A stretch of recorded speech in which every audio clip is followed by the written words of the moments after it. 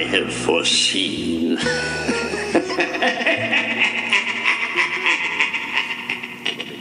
Hey guys, welcome to Josh and Matt's Star Wars Chat. Tonight we're going to be doing the Last Jedi predictions. Before we jump into the Force Awakens commentary, it's a fun little game. And man, oh man, I cannot believe it's only a week away. Right around the corner. Merry Christmas. It seems like it was just yesterday that I was thinking about getting excited to go see the Force Awakens, and boom, like 2 years later, here's the next installment. Yeah, it's super fast. It's not like the old days. Yeah, we usually have to wait 3 or 4 years in between movies, and we've even had other films in between now. So I mean, we're just gonna drown in Star Wars films. Yeah, I was thinking about that today. I was like, when are we gonna hit the saturation point where we start getting tired of all this shit? Well, I'm at that point with superhero films, and It's been, since Marvel started, it's been almost 10 years. So I'm guessing 10 years. Yeah. That's a good prediction. I mean, Brian and I were just talking about.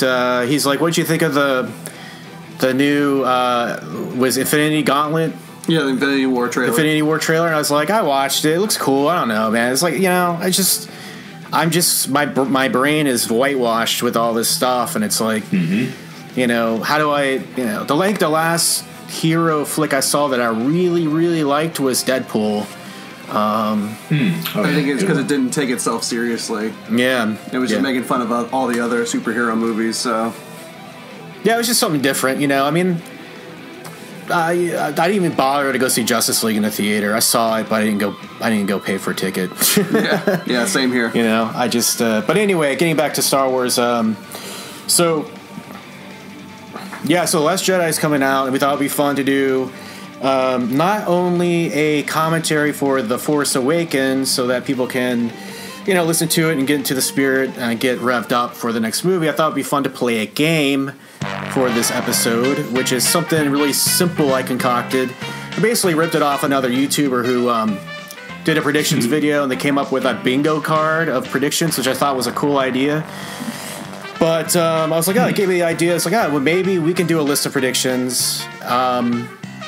Read them off. I mean, I have a predetermined list of 25 predictions. We'll each choose 10. And then after the movie, we'll come back and we'll see how many each one of us got right. And then that person will be the winner, and they'll win a prize. Now, the prize is don't get too excited, a 2015 Black Series Stormtrooper. All right. From my personal collection, which has probably actually gone down in value since I bought it. Is it an NRFB? I don't know what that is. Never removed from box? Oh, it's never been opened from the box. I'm going to open that son of a bitch. It's going in the bathtub with me everywhere.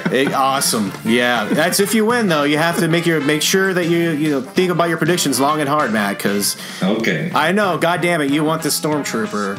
I do. Put it on top of your toilet, maybe sometimes fall in after you flush. Yeah, my toilet's a Sarlacc pit.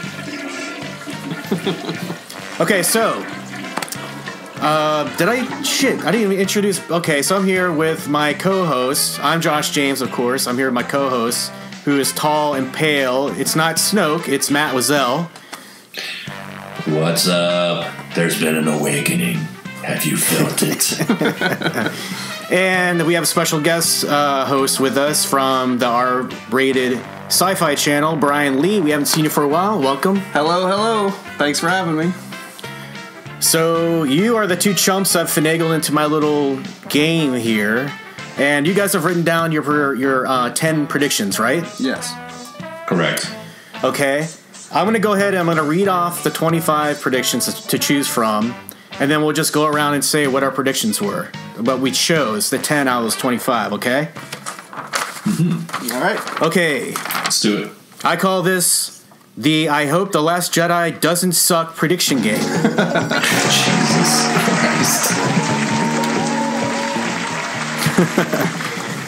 I didn't think of this at the last second. No way. Okay. All right, I'm going to zip right through this real quick. Number 1, Finn kills Phasma. Number 2, big dangerous monster a la Rancor or Rathgar. Number 3, Hux is ousted or dies. Number 4, Leia lives. Number 5, Rey learns to swim, because she's from a desert planet. Number 6, Falcon is destroyed. 7, Han Solo appearance, funeral, flashback, something of that nature. Force Ghost? Who knows? Just as long as he shows up on screen. 8, Snoke linked to the Emperor Palpatine. 9, Force Lightning. 10, Rogue One callback or reference. 11, Kylo cries. 12, Luke is not the father. 13, Gray Rey, meaning she's somewhere in the middle between Jedi and Sith. New lightsaber built is number 14. Either built or revealed. 15, Rose Tico is a spy. 16, DJ is a spy. 17, Anakin ghost. 18, Yoda ghost. 19, Luke lives. 20, Luke dies. 21, Luke fights Rey. 22, Rey cuts off a limb, because that's a classic Star Wars tradition, of course. 23, Luke's green lightsaber shows up, so either it's in the movie somewhere or Luke pulls it out and uses it in battle, something like that. 24, Kylo's redemption. Possibility, maybe Kylo comes back to the light side, becomes a Jedi, makes amends with Luke. 25, and finally we have dark side turn at the end, which I kind of feel like is probably a given, but you never know. Anything can happen with these characters, so that's the 25 to choose from. What happens next is somebody just tells us what their 10 choices are, and we go from there. We just go around and everybody reads them off, alright? Might as well can go first. Alright, Brian, you're up first. Go ahead. What's your 10? Okay. Yeah. My number 1 choice was the Dangerous Monster. I mean, it's pretty much a staple of Star Wars. There's some giant monster that they have to fight all together, and it'll be a nice CGI fest. But with JJ, I think they'll probably try some practical things, like a practical hand that grabs at them or something, like the Rancor in Episode 6. Number 2, I think Hux is gonna die. I think he's kind of lived out his purpose. I don't think he's really got any reason to be in the next of the trilogy. Number 3, I think Snoke is linked to Palpatine, I think he's Plagueis. I like that fan theory a lot, and I think it makes a lot of sense overall. Number 4 was Kylo cries because Kylo cries. That's the only reason I need right there. Number 5, I do not think Luke is the father. I think Rey is a Kenobi. I think that's what I've always thought from the beginning. Interesting. Yep. And I think number 6, she's going to be a gray Jedi, and that'll be like the whole meaning, the Last Jedi, is that there is no Jedi, there is no Sith, only the in-between now. See, next I have is Rose is a spy. That's the Asian girl, right? Yeah, Rose Tico's the Asian girl that pals around with Finn, I think, in the movie. I'm on the fence if it's Rose or DJ. I just chose at random. Either one of them could be a spy, but I put Rose down. I think it might be nice to have a little bit of that twist here and there. It'd be good for the story. Number 8, I think Luke is gonna die just because they're getting old. No offense to the actors. I love Luke as a character. I love Leia as a character. But I think Luke is gonna die, but I don't think it'll be until the next movie. That's fair. That's fair. Okay. Number 9, I think Kylo is gonna be redeemed somehow. Like, that trailer kind of reveals that him holding out his hand at the end of the trailer, so I was like, oh, maybe he just saved Rey and now they're going to team up and everything. But then again, number 10, there might be a dark side turn. It might be the exact opposite, where Kylo's holding out his hand and then Rey, like, chops it off with her lightsaber or something. Then that's where the credits start, and that's the end of the movie. So nice. That's my predictions for the... Yeah, man, those are very reasonable. Yeah, I'd say you have a pretty good chance. And I didn't mention this before, but there's 5 additional picks. The reason why is because just in case there like some bizarre miracle happens, there's a tie, which I seriously doubt would happen. I asked for everybody to pick an additional 5 so that if there's a tiebreaker needed, we could pick out of those 5. So tell us your tiebreaker 5. Okay. So the next 5 was a little bit harder for me to choose, but I hope I can explain it well enough. Rey learns to swim, I thought was pretty funny, just because I didn't even think about it. Like, yeah, she did grow up on a desert planet. By all reasons, she would not know how to swim. and that makes perfect sense to me. Millennium Falcon gets destroyed. I think it's kind of be symbolic of like out with the old, in with the new kind of thing. It is like an icon of Star Wars, but at the same time, it might not, just because it is so iconic of Star Wars. It's got to be in this trilogy. But next is Force Lightning, because evil Sith Lord, that's kind of like all they do is, besides move things with their mind and cloud people's thoughts, they use the Force Lightning. So I think next, Anakin Ghost. That'd be interesting to get Hayden Christensen into the, because they were planning on doing that for the last movie too, but I think scheduling conflicts or whatever, I'm not exactly sure. And a Yoda Ghost, because Frank Oz needs to work. So yeah, that's good. I don't know. I think Yoda. It'd be interesting to see a Yoda Ghost, but I don't know.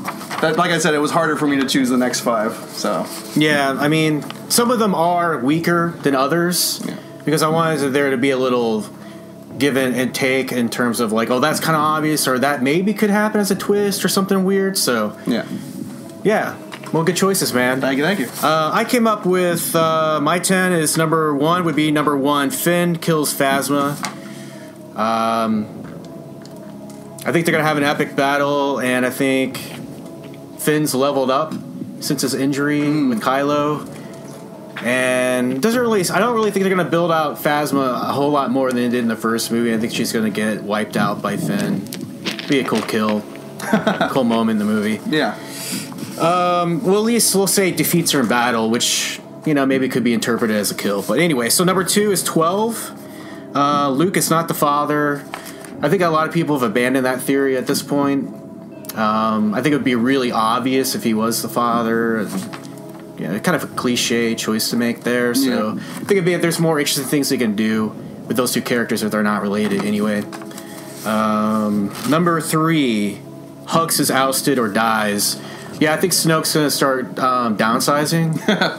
I think he might even try to cut Kylo Ren from the A-Team, But I think Hux is definitely out. I mean, he's like one of those unlikable characters that you could see as expendable. He doesn't really play like a big role in the new Dark Side or whatever. So he's a great actor, but his character is kind of like meh. Domhnall Gleeson is great, but that character is kind of weak. So let's see, what am I on? 4? Yeah. Number 4 is 18, which is Yoda Ghost. I really think they're gonna do a little nostalgia move and throw Yoda Ghost in there. Whether she's convening with the Force and it's somewhere on the island when she's like learning about the ways of the Force and stuff. But I don't know. I think he's going to reveal himself at some point, and it'll be a fan service moment. Okay. Probably not going to be a ton of it. It's not going to be an integral part of the movie, but he'll be there, and fans will go wild. I know Frank Oz was somewhere involved in the production, so I don't know if that's maybe just in voice form, but I'm saying like you have to actually see him as a Force Ghost for it to count. Number 5, Rey learns to swim. No, wait, I'm sorry. No, I'm confused. I got it wrong. Sorry, scratch that. Number 5, I had Luke lives. I think Luke's going to make it through this episode. And I think he's going to die, like I said, in the next installment. Because I think a lot of fans will be pissed if he died this episode. I think it would make more sense for him to exit his big exit would be to do something big in the next movie, and then all the original big characters will be moved out, and then they're going to be setting up the new characters that they've been building over the trilogy to do the next biggest things in the franchise. So, number 6, number 23, which was Luke's green lightsaber. I think when Luke starts getting into the action, once he bequeaths like the Anakin lightsaber onto Rey, and that's hers now officially, he'll be bringing out his green lightsaber. He did have it at the end of Jedi, so he tosses it away when he's in his conflict with the Emperor. Well, you could see him in Jedi later on where it's on his belt, so he's got it somewhere stashed away. And I think when he has this confrontation and pulls out his lightsaber at some point, which I believe is going to happen, we'll get to see it then. Which will be a big scene. Oh, iconic, and it'll be a fan service moment. Number 7 was 25. Dark Side turn at the end, I think, is almost guaranteed. I think it'll be a cliffhanger. What I think is going to happen is Rey is going to get seduced, but she'll be on the edge. So it'll be a cliffhanger they're going to leave us on. They're going to make us think that she is seriously considering it, or she did actually turn, but there's some uncertainty there. So that'll be the dark side turn at the end. Second theory might be that Luke turns, but that's a long shot, I think. Number 8 was number 9, Force Lightning. I think it's time to bring the Force Lightning back. I don't know who's going to wield it. Could be Snoke. Maybe Rey has like a super triumphant moment where it just comes out of her in the big battle at the end or something, in the big conflict at the end. That would be fucking sweet. I mean, she can do everything else without having to learn or try. Yeah, so right. Maybe with a little bit of like helping hand from Luke, she'll like do that amazing Force Lightning moment or something. Number 9 was Kylo Ren cries. Now he was whiny. He was whiny in the last movie, but we never saw him actually cry. He might have welled up, but I don't think he actually cried. I think he was crying the whole time his helmet was on. Probably. Yeah, I thought he was crying. Like when he's looking at his grandfather's helmet all burnt up. I think in this one you'll actually see a lot of an emotional moment build up, and you'll see a tear just come out of the corner of his eye down his cheek. Something like that. You know? Maybe at the loss of a parent. A loss of a parent, maybe. Yeah. Who knows? Number 10, finally we have Leia lives. Everybody thinks that Leia's going to die in this movie because she died in real life. I think she's going to make it through. I don't think Kylo's going to kill her. I don't think she's going to die on her counselor ship or whatever, and it's going to get blown up. I think she's going to make it through, and they're going to use some sort of footage that they filmed for this movie just for a small role in the third movie, and she'll die in that movie. And I think Disney's going to use Carrie Fisher to promote the fuck out of that movie. A very underhandedly way, but they'll use it to promote the movie somehow or to hype the movie up. So I think she's going to make it through. So I think Luke and Leia both make it through, but I guess usually somebody has to die in these movies, right? I mean, it's kind of This is the second movie of the trilogy, so it's the darkest one. So yeah, so I'm probably wrong on one of those, but that's just what my gut tells me. And then my 5 bonus for the tiebreakers. Number 1 is the big dangerous monster, a Rancor or a Wrathcore type creature. Number 2 is number 3. Did I already have that before? Yeah. Oh, maybe I called it. Oh, shit. You did. No, you know what? I fucked up. I misread. My number 3 on my top 10 was Grey Jedi Rey. So scratch that. I'm going to post all these lists, on the YouTube channel, so we'll fix it. But anyway, yeah, so my number 3 on my top 10 was 13, Grey Jedi Rey. So on my tiebreaker list, number 2 is 3, which is Hux is ousted or dies. Number 3 is 14. There's a new lightsaber build or reveal. And then number 4 is 15. Rose Tico is a spy. And number 5 is 21. Luke fights Rey. That's a long shot. But if she turns to the dark side, maybe they have a quick conflict at the end because he confronts her trying to stop her from making a huge mistake. So that's my tiebreakers. And I will pass the baton on to Wizzel over here. What are your predictions for The Last Jedi? Okay. Well, this was kind of hard for me because I usually don't do this kind of thing. And I went through the list and I picked out maybe 6. I was like, yeah, that's about it. And then I was like, wait, I got to pick out 10. So, all right. So here we go.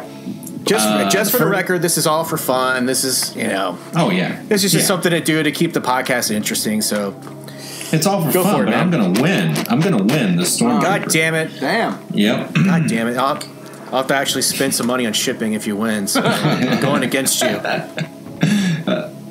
That's fair. Number 1 is Ugly Dangerous Monster, like the Ratar or whatever. I think that's a pretty no-brainer for Star Wars. Number 2 was Leia Lives. I just feel like to kill Han Solo and then to immediately kill Leia in the next movie, I don't know. I just don't feel like thematically that would have worked. And now, given that she has passed in real life, I figured that would be in poor taste. Exactly. So I don't feel like that's going to happen. Couldn't agree with you more. All right, the next one is Rey learns to swim, because I feel like that was already in the trailer. So her swimming. So I'm going to go with that. The next one is Kylo Ren cries, because I honestly thought he did cry in the first movie whenever he killed his father. Maybe not, I don't know, but I thought he had, and he's looking very upset already in the trailer. So I feel like he's 1 inch away from tearing up. Okay, let's clarify that. Let's clarify that one real quick. We have to actually see tears streaming down the face in some way for it to qualify. Yeah, that's fine. Okay, cool. Yeah. All right. The next one, Luke is not the father. I don't feel like he is. I mean, I really don't like to theorize about parentage for Rey. But I do have one idea that we can talk about during the commentary. Let's see. Oh, the next two are Anakin Force Ghost and Yoda Force Ghost. Because I feel both choice. I feel like both of them. Mm-hmm.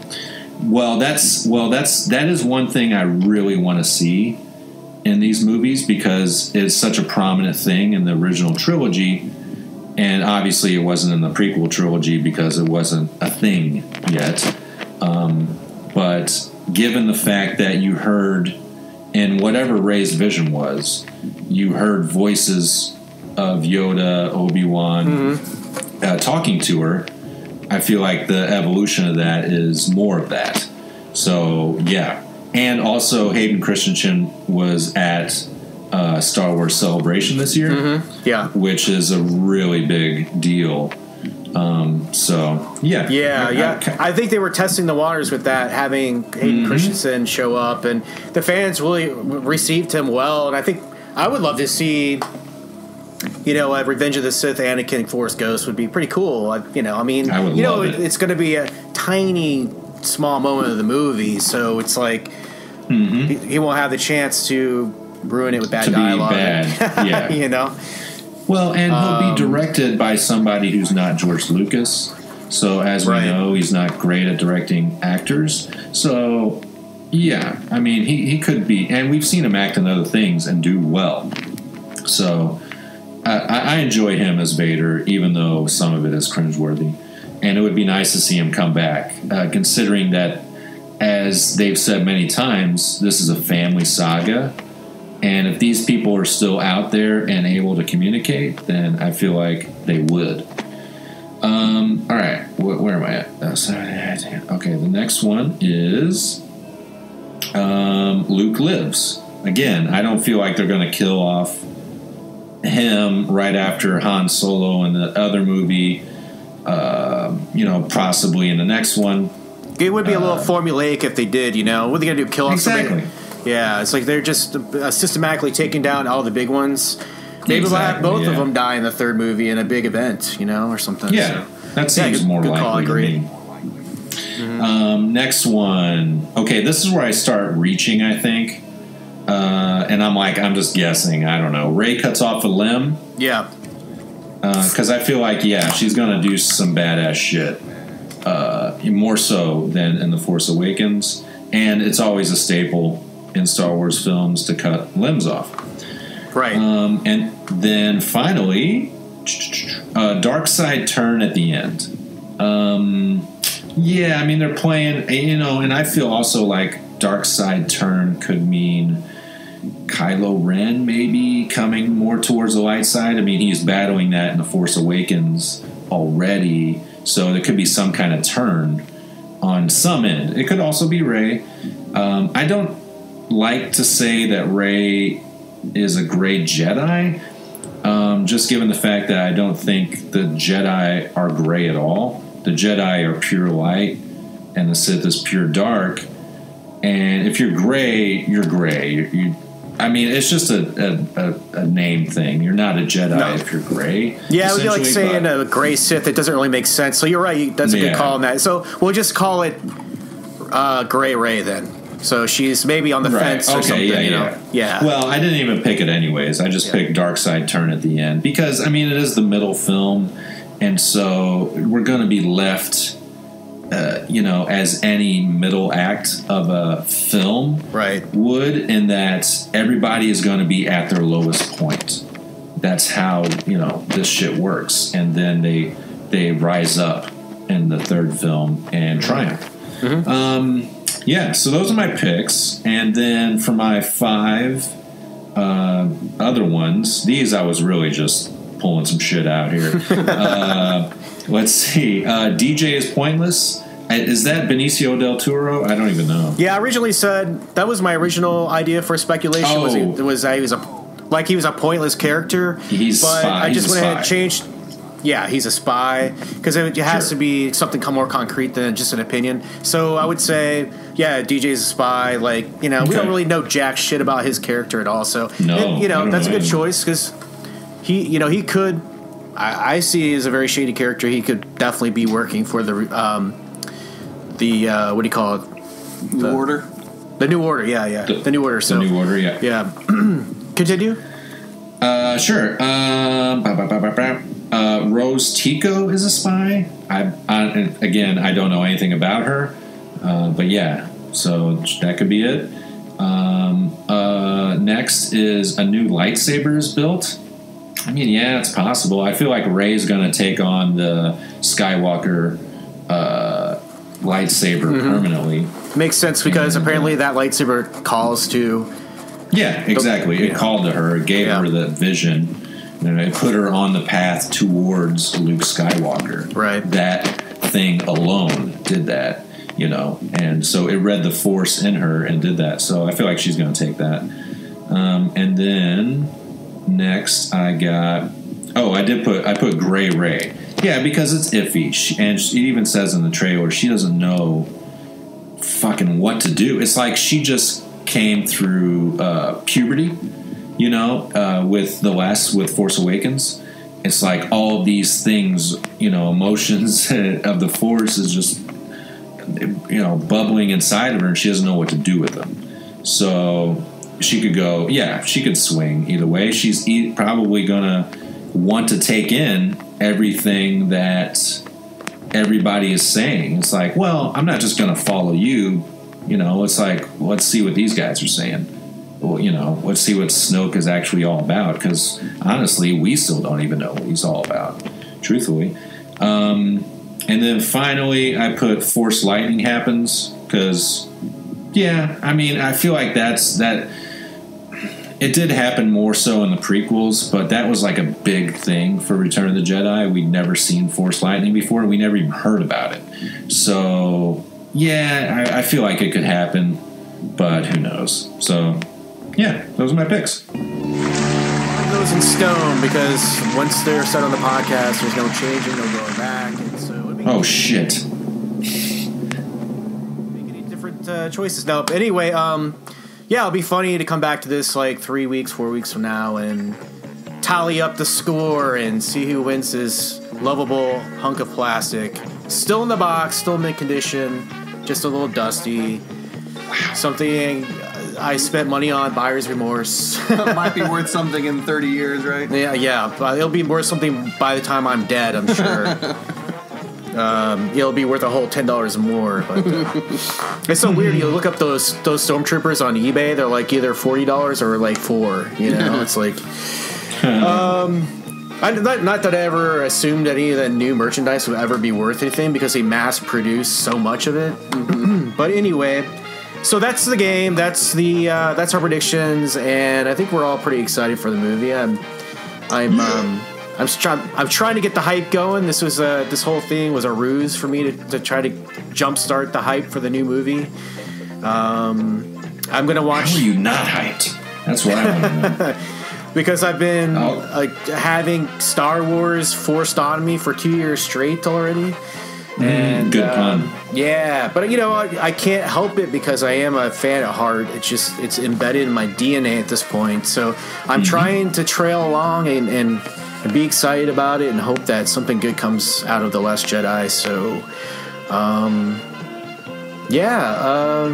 anything else you guys want to add on before we close this down? We're going to do a commentary for The Force Awakens next. So, ready to go? We're gonna go ahead and just go ahead and break this off and move on to that, I guess. Sweet. All right, cool. So, as I said, we're doing a Force Awakens commentary. It's obvious because it's in the podcast title. We are queued up right at the Lucasfilm logo, right when it comes up. Let me get the Blu-ray ready. We're just watching the Blu-ray edition of this. We are queued up at the Lucasfilm logo, which is like 7 seconds in. And as always, I give the honors to Matt Wizell over there to count it down because you do such a great job. Oh, me? Oh. I don't want to do everything myself. Okay. So. Oh, sweet. Okay, so I'll say 5, 4, 3, 2, 1, and as soon as you hear my voice say 1, that's when we press play. And it's just that easy. All right, so here we go. 5, 4, 3, 2, 1. Play. All right. Now at this point in the movie, when I was in the theater, I was told all on board. Mm-hmm. Yeah. I would hope so. Actually, Jesus. I really love the fucking opening crawl. That's always really important. Like what the crawl says and like sets the tone for the movie. Thought they did a great job. With the opening line was Luke Skywalker's vanish, which I thought was like fucking perfect. Mm-hmm.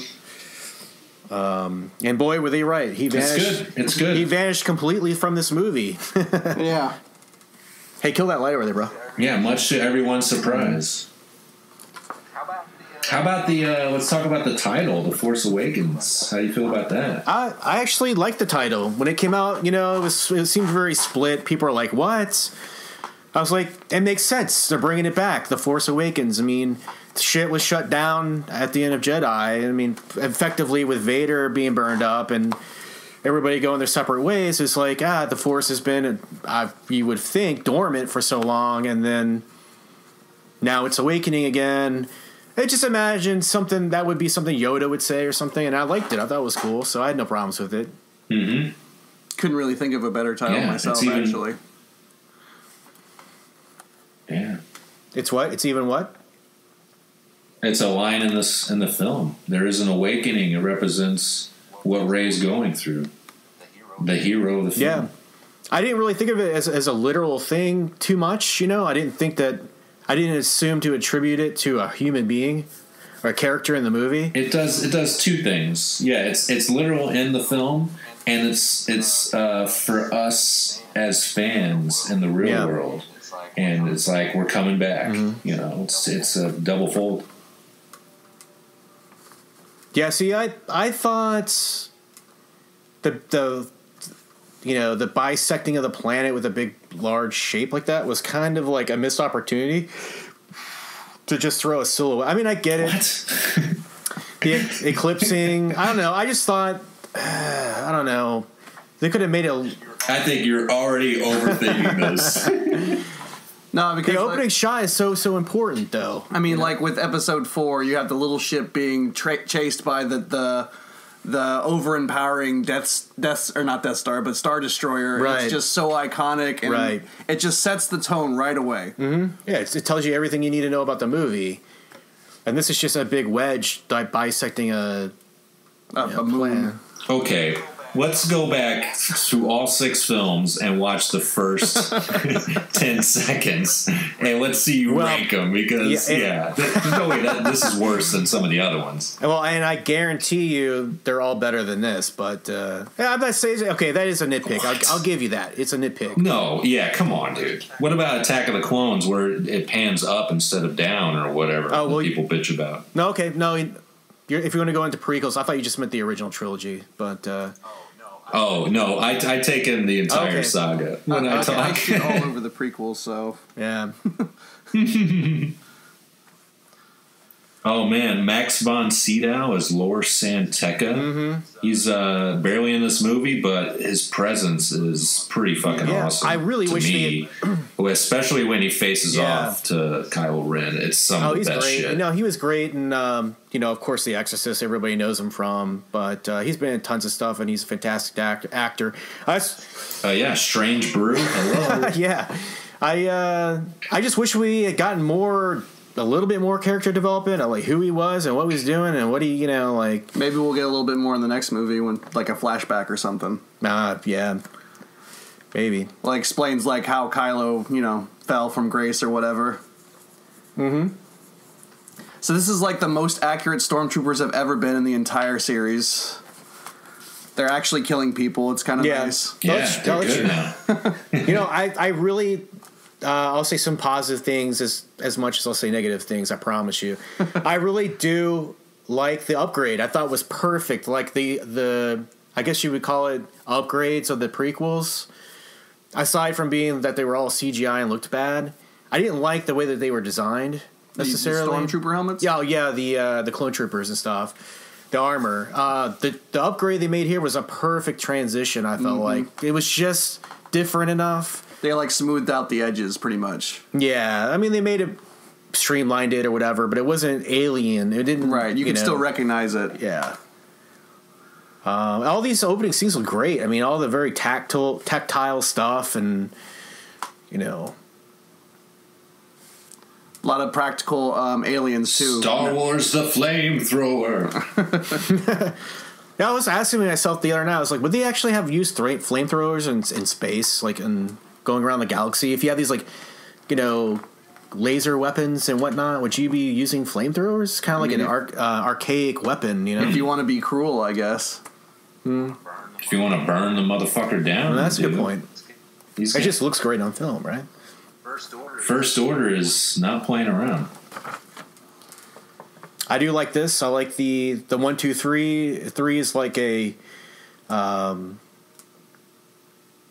it's a number that's very symbolic, and the 3 fingers on the helmet thing was a good touch to signify there was something different about them. It's the third trilogy.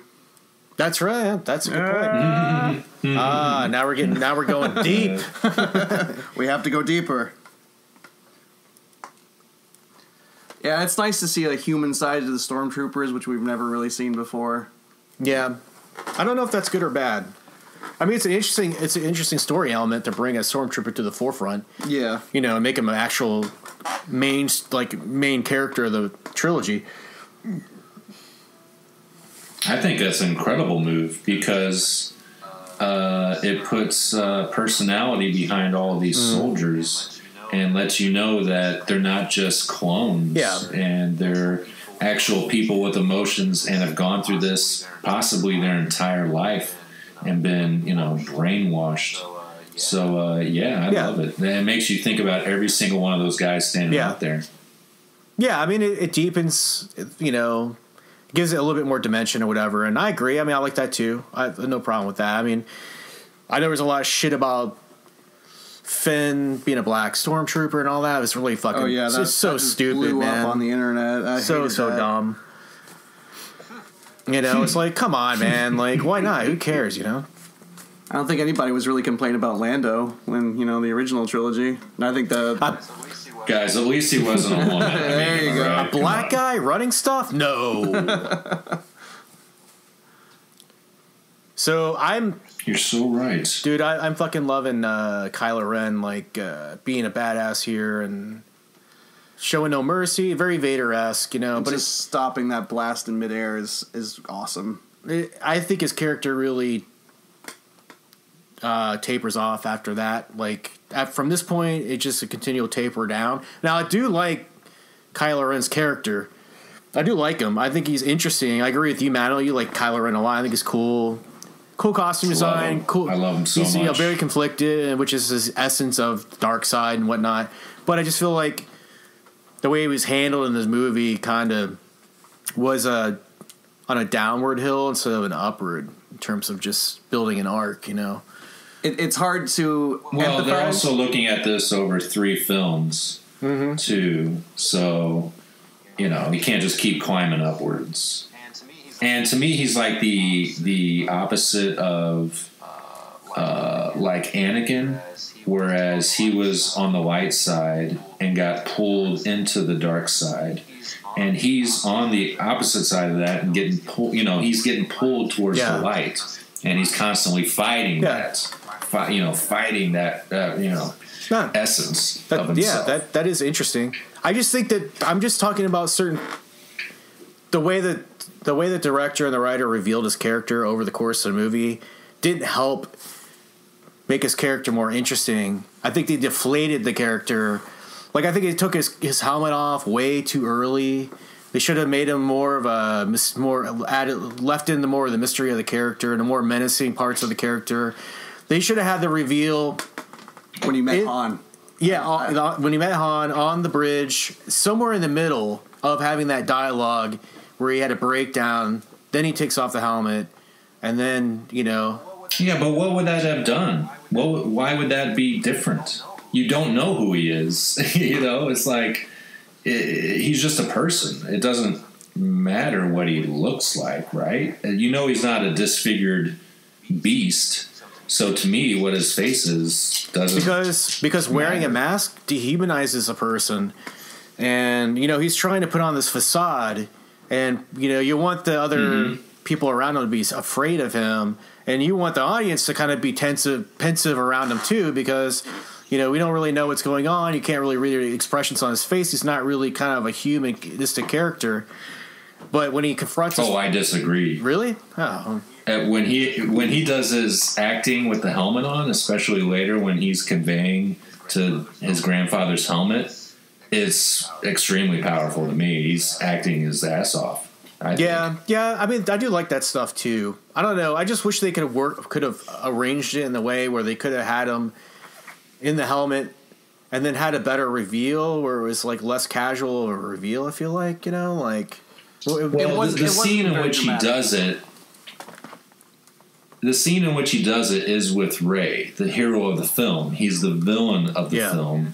And it's at an extremely pivotal moment. She says, what, am I supposed to, take orders from a guy who hides behind a mask? Yeah. He's like, all right, fuck you. I'm not like Darth Vader. I'll take this shit off and show you. It's fine. I can be strong without it. That's what he's trying to prove. Ultimately, it doesn't work that way for him, but that's what he's trying to prove to her. Yeah, that's an interesting point of view, dude. That's fair enough. Yeah.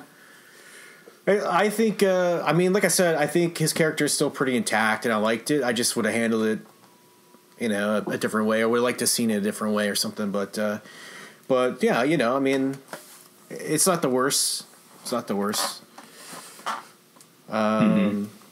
This is, I think, the way the reveal. This introduction of Rey is great. Yeah, that's exactly what I was just going to say. That, like, I think that was handled perfectly. I mean, yeah, this desert with the war-torn desert that we don't even really know what happened here, but some kind of crazy shit went down. Obviously. Is good, and that's what this film does. It has a 30-year gap in between, and so much stuff happens. And yeah, you can go read books and shit, but I don't do that. But it just kind of shows you that there's still a lot of rich history in between. Lots of things have happened. It wasn't just Yub Nub, and then all of a sudden we're all good. Everything's done. Yeah, I mean, a great shot right there. Oh my god, that's epic! Yeah, it's so good. I remember seeing that for the first time, and I was like, "Yeah, that's really good stuff." I wish that, like with things like, I know it's incidental, but like Ray speeders, like it's obviously like a land speeder, it's turn on its side. Yeah, and it's just like we get it. It's really kind of like a lot of these little references and stuff that are supposed to be like A New Hope or like kind of on the nose. It's like you could have just had another different type of vehicle, and we still understood that she's like Luke, like... They don't believe in wheels in this universe. There's, like, no vehicle with wheels. Oh, hell no. Except for, like, R2-D2, and, I mean, he's not a vehicle, though. No wheels and no paper. I mean, everything in the movie up to this point, I really, really like it, and it's enjoyable and believable. And I like they took out a lot of the design elements. from Ralph McQuarrie's stuff, that he did for Lucas going into the first movie to make these sceneries and stuff. Like, a lot of the buildings and architecture and this stuff is all Ralph McQuarrie, which I thought was really smart. And they still continue to do that in the movies, like draw on his like kind of outtakes in terms of design and stuff to give it that. Yeah, the animated series do that a lot as well. And that's good because a lot of those, like in Rebels, I think the character that's supposed to be the tall, I can't remember his name, the tall Zeb. Yeah, he's the original design for Chewbacca, I think, or something. Like, absolutely, it's brilliant and that's cool. Why not do that? Because it gives it more of that authentic. What's the word? Authentic. Authenticity. I blamed the two words together. Yeah, the authentic feel of that original. I think because Lucas took it in a direction that was like a little too alien, I think, maybe from the original trilogy, where it didn't really make sense because it was like a prequel.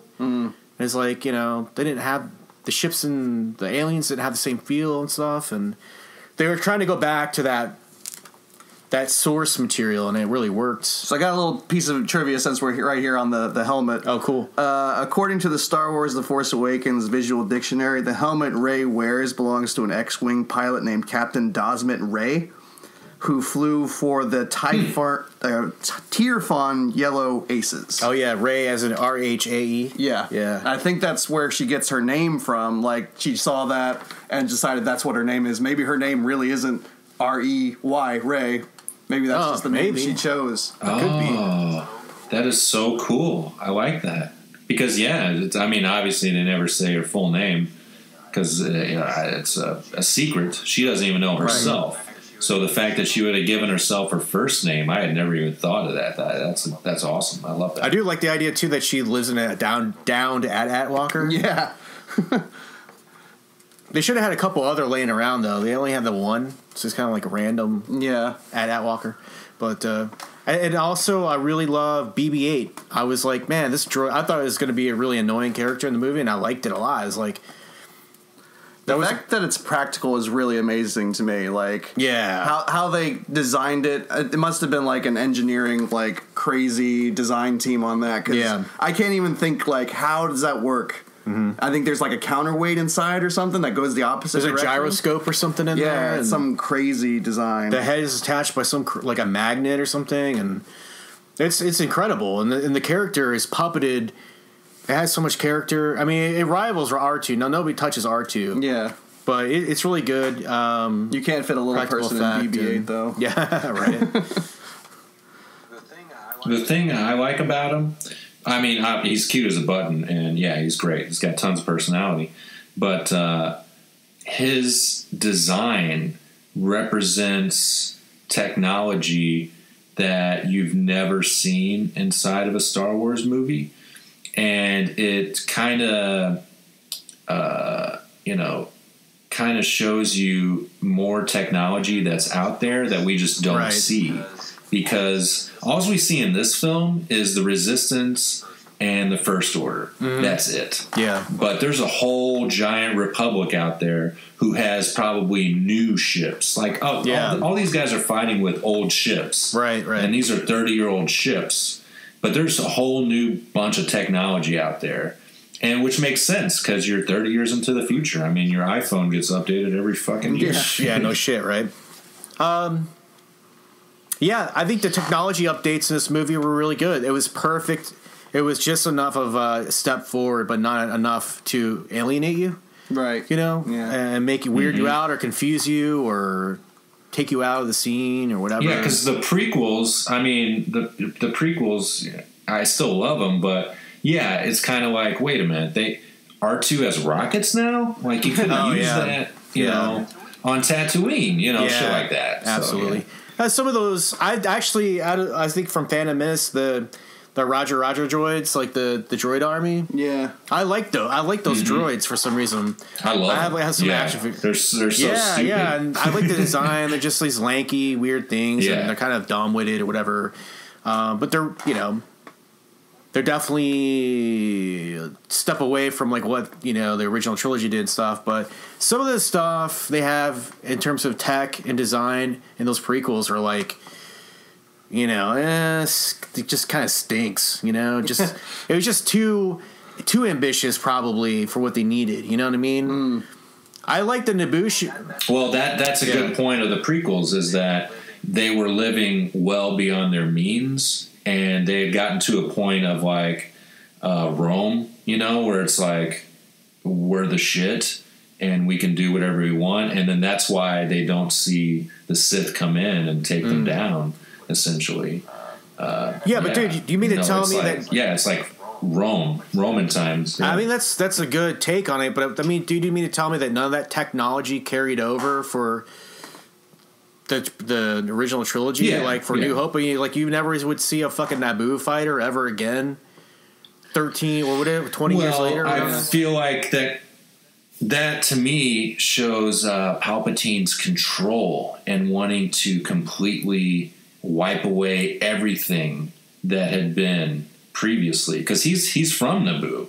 He should be, you would think he would love it, but he wants his world. And so he steps on absolutely everything that he doesn't want, that he can't control. So he wants to wipe away the old world and start anew. Is my theory. Well, I can actually confirm sort of that. I got more notes here. Yeah, I got more from the Star Wars visual dictionary. That Captain Phasma's chrome armor comes from melted down Naboo spacecraft.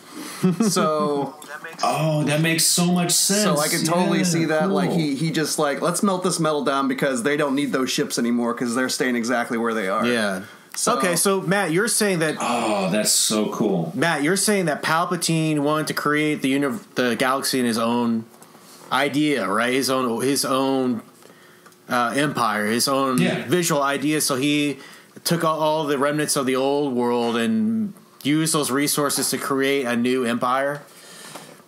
So it wiped out all the old ships and whatnot and all that stuff. So that's a way to explain why you don't see as many of those ships or any of those ships really in the original trilogy. I mean, I can roll with that. I thought it was a little weird, but there's a lot of design stuff. I mean, Doug Chiang's an excellent designer, and he did a great job in those movies. I just thought it was I'm like, why is this beautiful chrome ship flying around? Yeah, 20 years before New Hope, and you never see him again in the. Yeah, it was their golden age, and then the Republic had fallen, and it was under a new regime. Okay, yeah, interesting. Another bit of trivia for Captain Phasma while we're on it. J.J. Abrams named her Phasma because of Phantasm. Yeah, that I did know. Yeah, yeah, he's a big fan cool. of Phantasm, and I guess it inspired him to. I think right around that time they were working on the restoration for Phantasm. Maybe he saw that and it gave him an idea. I don't know, because I think I think so. Bad Robot have something to do with the Phantasm? It would make restoration sense. Or something? Yeah. Okay. Here's what happened on that is that Don Coscarelli, who made Phantasm, J.J. Abrams is such a big fan. He reached out to him and said, "Hey, look, I want to screen this privately. Can I do that?" He's like, "Sure. I think I have it laying around here somewhere." But it wasn't like a restored version. And he was like, "What? You haven't restored this?" He's like, "How about I do that for you?" Okay. He's such a huge fan. And so that's what led that charge. All right. I got you. All right.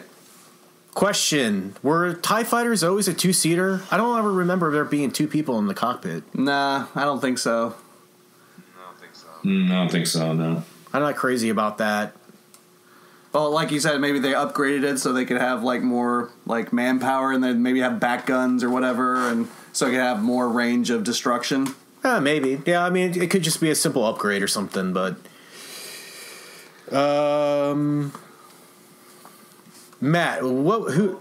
Well, yeah. No, I was going to say, what is your feelings about Poe at this point? I mean, is he like... does this character, like, is he working in the story? Is he doing anything for you, or... I love the actor. I love how he plays the character. And he does have some funny moments here in the beginning that just make you really like him, because he stands up to Kylo Ren and everyone essentially. But he's my least favorite character, because he is completely he's very vanilla, as the hero, everyone commonly knows that he told J.J. Abrams to keep him alive. I didn't believe he was supposed to die right here in the film, but I'm fine with him being around. It's just that he's, like you said, he's vanilla. Oscar Isaacs is so fucking awesome. Like Ex Machina, he's great. He did that great film. HBO series that was really good. He's done all kinds of these fantastic movies, and he's just, I think it's because his character in this movie was bore out of just supposed to be a small role, and they extended it. But I really hope they do something great with him in the next movie. Give some conflict to his character. Give him some challenges in terms of acting.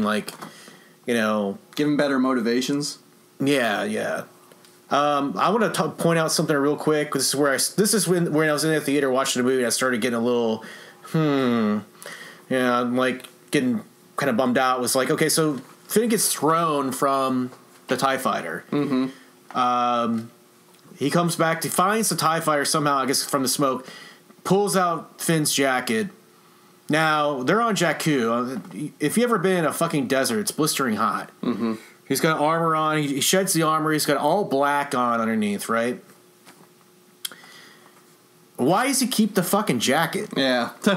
Why would you wear a fucking leather jacket in the middle of a fucking desert? Maybe if he had it on his head, to keep the sun off his head, maybe that would make sense. But he's wearing it like a regular coat. Right. It's twofold. No, here in a second, he's holding it over his head to shield him from the sun. But in the moment where he was just standing there breathing, he's thinking about Poe, holy fuck, he just died, and this is all I have left of this guy who essentially saved my life. Yeah, there you go. So that's what it is. He's not going to let go of that. And right here, he's holding it for shade. Yeah. Okay. Nah, See? Yeah. Hey, listen, man. If there was any Star Wars fan in person, whose ideas about this movie, I would respect it you, because you're a smart guy and you know your Star Wars, so there is stuff I don't like. Don't get me wrong. I just always thought that was just I just thought that's lazy script writing, because he's going to tote around the jacket so that BB-8 can recognize him and they can move the script along, the plot along, and it's just if any other normal person was in that situation in survival mode, basically they would just ditch that jacket ASAP, And this is a galaxy we're talking about. You telling me only one person in the entire galaxy has the same coat? Maybe they just shop at the same store. Yeah. That is funny. Yeah. He's like, I recognize that coat.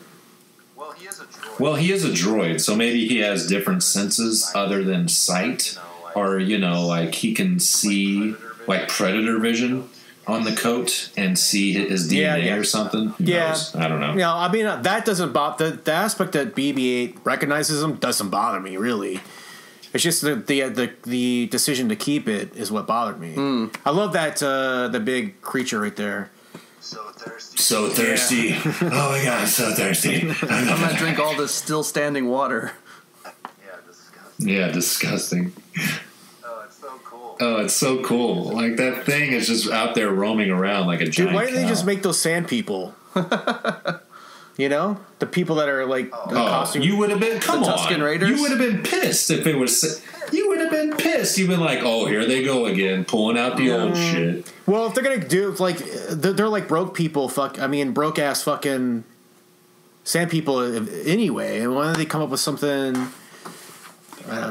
Because those sand people are indigenous to Tatooine. Not to Well, I guess they don't have ships and stuff. They only travel banthas by banthas and stuff. It's possible. Well, if you look at the Ewoks, they've never left that planet. So there are cultures that don't travel still somewhat primitive or whatever. And this is like a poor ass planet, you know. Like there's people in my hometown that have never left the hometown ever. Yeah, you know? So, Jakku's kind of like a ghetto planet, you know, in the middle of the desert. Yeah. But somehow there was. We can't go back to Jakku. Somehow there was like a big battle fought there, though. Yeah. You know, where apparently like Luke was downing Star Destroyers with the Force and shit. There was apparently was some territory that was worth fighting over. I guess. Yeah, at some point. It's like the little islands of the little island of Iwo Jima, like in the Battle of Midway or something. It's like it's a station. You know, it's a hopping point to the next critical supplying point or whatever to the next battle. Maybe like the Empire had like a trading post there. Like at one point it used to be this huge like trading post or whatever. But as soon as the Empire went down, like so did Jakku. Like that was the only thing going for that planet. Yeah. See, Matt. Matt. I can reach for explanations for stuff too. I'm not reaching. No. Well, maybe it will. I do like some of this stuff. Like they have some chemistry. You know, it doesn't really work that great because I don't think they're really. It's just her first real movie and stuff. Yeah. She has some cute expressions. Sometimes they seem inappropriate for the moment, though. Daisy Ridley's cute. She's a cutie. I'm not gonna lie. Yeah, she's got that. Carrie Fisher, Natalie Portman. Strong female lead.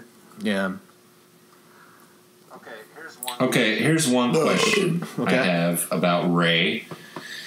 She was left there when she was, I don't know, 7, 6, something like that. And so it's probably like 10 years ago, right? Mm-hmm. Now, I guess we'll see it later, but does she have the accent, the English accent when she's a kid, or does she develop that here? Because that's my whole thing with like, oh, she's a Skywalker, she's a Solo, she's a whatever. It's like, well, where'd that accent come from? You can't absolutely, dude. That's another weird thing. It's like, and Boyega is from London as well, and like he got an American accent, right? And so I just saw an interview with her recently that they questioned her on that, and she was like, I don't know, they never really made a big deal about it, and I guarantee it's because her American accent sucked so bad that it just wasn't going to work. You know, what I think it is that she was raised by that one guy. Unkar Plot? Yeah, she was raised by him. Plot and he's got an accent. He's got kind of a British accent. Oh, does he? Simon Pegg? Yeah. He's like, hello, governor. Yeah, I mean, he's got that accent on him. So, I mean, that's really the only parental figure Rey has. And, like, I'm sure as soon as Rey was able to support herself in that broken down AT-AT, Plot was just like, get the hell out of here. Yeah, I'm done with you. You can survive on your own. Okay. Yeah. Okay, but how about this moment? Oh yeah, the crowd cheered when I was. In the I was theater. like, I don't know. I was like, why didn't they go for the fucking? Why wouldn't they go for the Falcon right away? Yeah, well, it's garbage, obviously. Yeah, it's a big. Because that's it's the joke. a piece of garbage. Everyone, it's a hunk of junk. Yeah. I can't believe you guys right now. I cannot believe you guys. Oh, dude, it's only going to get worse. I mean, don't get me wrong. Worse. I predicted that they were going to go to the Millennium Falcon. I'm like, the Falcon's over there. But still, the Falcon to me is a crazy, as an awesome character. It's not really a character, but it's an awesome thing. I love the Falcon. That's why I hate all this. Like, I do not want to see the Millennium Falcon, like, flopping around. You know, it's just like it's terrible. What? I hate it. Here's another thing. Why not have just another Millennium Falcon? That, like I said with the coat thing, this is an entire galaxy. You're telling me that's the only ship ever produced? That would be sacrilege to create another Falcon, dude. There's only one. It's like having one Ford car in the entire planet. No one else can make a Ford car. And if you make a Ford car, that's sacrilege. That would be interesting to see another Falcon. Yeah. There's a name for the class of ship out there, but I can't remember what it's something ridiculous. I know in like the Knights of the Old Republic video game, they had something similar called like the Ebon Hawk or something like that. So they're using the bird, of course. It's and like painted different. And but it's still got like that disc shape. You know, so I don't know. I just was like, I'm just not buying any of this. He's like in a totally different part of the ship. They're just yelling back and forth. It's like, but he's in the bottom of the ship. Well, it's like Han. She's in the cockpit. It's Han and Han and Luke from the first film. Like when they're yelling. Yeah, but they had headsets on. John Boyega's got a headset. They have headsets on. Yeah. Okay. See? Okay. Well, he's got no earpiece though. It's the thing that's on his head. It goes right into his brain. Yeah. I mean, come on, man. And also, if this wasn't the Millennium Falcon, then Han Solo. I mean, that's the whole reason why Han Solo finds him. And come on, to have the moment later when Chewie and Han the Chewie I'm home, Chewie we're home moment was amazing. Yeah. Amazing.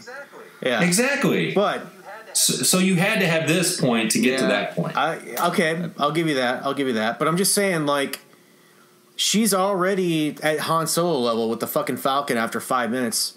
I don't like that. Yeah, really the Mary Sue. Nothing earned here. She's just amazing. Like, save maybe like the asteroid field scene, and I think it was Empire. The asteroid scene, yeah. Yeah. So Empire. You know, he's got tricks on his sleeve, but he doesn't pilot the ship like this. No. You know? Well, I think they're trying to show that she's got the Jedi reflexes or whatever, kind of like Anakin in Episode 1. Yeah. Exactly. Whenever Anakin did the pod race, you weren't like, how can this fucking 8-year-old possibly drive this thing he built himself? She's been doing this her whole life, is climbing in and out of these machines, possibly flying small crafts just like this around the planet. The ones that can't, couldn't they have had, like, Unkar Plot to say to her, like, I don't want you climbing around in the Falcon again, or stay away from the Falcon, I don't want you taking it, something like that. Like, give us a clue that she's, like, been in the cockpit of this thing before or something, like...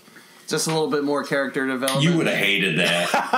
Yeah, you probably would. You would have hated that if they said that. You would have hated it. That's just going to be your canned response from now on. Like, it's just like that's your. You go back and forth. She's hysterical. That's your canned response.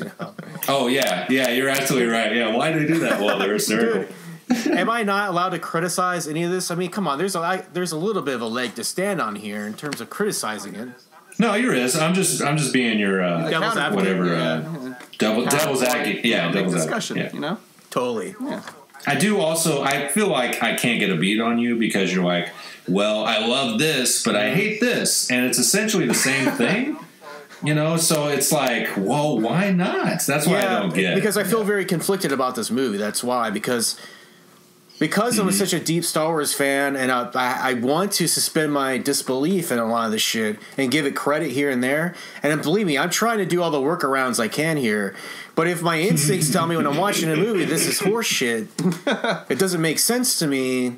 Like, here's a perfect example. They flood the compartment with gas, right? Because there's intruders coming. And they go down the cargo hold and put the mask on. Then Chewie and Han come on the ship, and all of a sudden that problem just goes away completely, and you never resolve it at all. Well, maybe it was because like that canister of poison gas was empty because the ship is pretty much that sounds like a Matt Wizell fucking reasoning around that shit. I'm just trying to help my boy. Well, I've never thought of that. I have no idea. I just thought that they didn't actually get the gas to work or whatever. The only thing I could think of was that Han Solo maybe deactivated it, but. Yeah, like some type of button or something on the outside. Like he knows like all the ship secrets, so he's just like, I'm gonna put this button out here that'll activate it or deactivate it depending on who's on the ship. Yeah, but that was just like that. Yeah, before he got on, he did like Falcon whispering. He was hugging it and rubbing it. He's like, talk to me. Just pulled. Where are you? He just pulled baby? the remote out of his pocket, hit beep beep, and then it just fucking turned off and shit. Yeah. So as far as the Kylo Ren freakouts go. I like the initial tantrum, the anger, because that was, to me, that was just anger at that moment. I was like, all right, I buy rage. They shouldn't have done it again. Yeah, he should have done it one time and that was it. They maybe should have done it later in the movie too. Like doing it twice takes the potency out of it. Like, I see at this point I still like Kylo because he's like this angry, out of control kind of rogue character, Yeah. I like how they're getting so much personality out of BB-8 right here. Oh, the puppeting of this shit was fucking amazing, dude. Really, really good. And the little torch, and that was really funny. I think that got the biggest laugh in the theater all 3 times I saw it. Yeah. Mm-hmm. Yeah, it's pretty huge. I would let that BB-8 come up behind me and like light a fart like that. That'd be fucking great. Oh man, he's like the perfect wingman for your childish antics. BB-8, I got a fart on deck. Rolls up behind you. Why is she so fucking mean, man? This is where they get into their I'm a strong female thing, which I like. First of all, can we all just acknowledge that Princess Leia was a strong female and fucking kicked ass? Absolutely. Through all 3 movies? Yeah. Like she wasn't. As soon as she got out of her prison cell, she was leading the escape. Exactly. Like she's just like, you guys don't know what you're doing. Let me essentially, she was the strongest of all 3. Yeah. So I feel like they're really like Disney and Kathleen Kennedy are really pressing down the female thing in this, which is really unnecessary. Like earlier when they were escaping from Jakku, she had refused his hand like twice, and stuff. And again, once would have been enough, but they really like kind of forced it on you. I mean, I don't want to get into a big, I don't want to get into the big political debates. Feminism. I'm just saying that these are things I'm observing when I'm watching the movie. Where I'm just like, why are they really forcing this idea on me? Like, she can, be weak at moments. It would make her character more interesting. Yeah.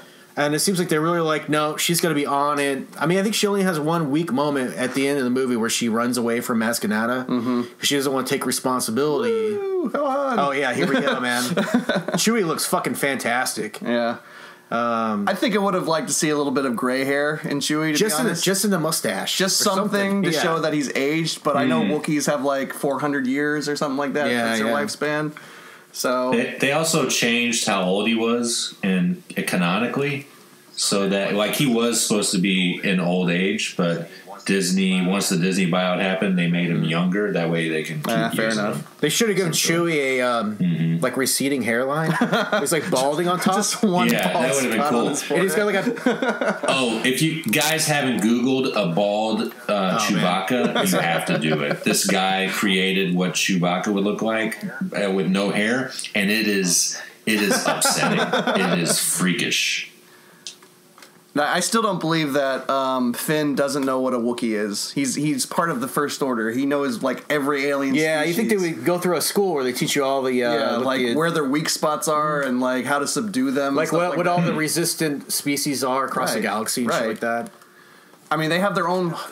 They have their own fucking planets, full of them. Yeah, and they're fierce warriors too, so they would be a real threat. I didn't like this moment where he has in my old like college dorm room moment, like how many a lot of chicks in here. How many green women have I had in this spaceship? I mean, you like Harrison Ford in this movie, though, right? Yeah. I think he did. I think he did what he could do. I think he did the best job he could do. It's like way better than any geriatric Indiana Jones. For sure. Oh my gosh. I mean, his performance is dignified and good and everything. I just don't really like maybe some of the interactions, like the quips, the dynamics between him and some of the other characters. Like, I mean, I didn't like that one scene, but that was really nitpicky, small scene stuff. And I mean, he did. I think Harrison Ford really was into it for this one last go at it because he wanted to die. He wanted to die since episode 6. He's like, all right, I'll come back, I'll do it. And then that's it, And then he really, because, when he did the press for this movie, I mean, he really you could tell, because Harrison Ford is not a good press guy. Yeah. In promoting movies, and he's just like... He's a bitter old guy. Yeah, and when you saw him out there promoting for this movie in 2015, like, he really sold it as, like, he was excited, he was into it, he's like, it's really good, blah, blah, blah. And I was like, wow. There must be something going for this movie, and I think he did a good job. Yeah. I just don't like the fact, if we're going to talk about his character, why would they take General Solo, who accomplished all these things over the arc of 3 movies, and just make him a smuggler again? Well, that was what he was good at. I mean, at his core, that is like, he is the scoundrel. But yeah, I mean, once a scoundrel, always a scoundrel. And all that kind of came about after, in my opinion, he's only this way because he lost his son, essentially. Once we find out that was his son, and there was some kind of, falling out, obviously, and his life fell apart, and he's not with Leia anymore. Fuck, what are you going to do? But what I do like that they retained is he's still heroic. Yeah. He's not, like, he helps Rey and Finn throughout the movie, whereas if this was A New Hope, he'd be like, well, I'll do it for $10,000, or something like that. No, he's still the hero, but his life just fell apart, So I totally agree with that idea that, he's a broken man, and so he just went back. I mean, he couldn't stay with Leia because it hurt too much or something. He outlived his usefulness in the Resistance or whatever. He went back to smuggling. I just wish they had showed that,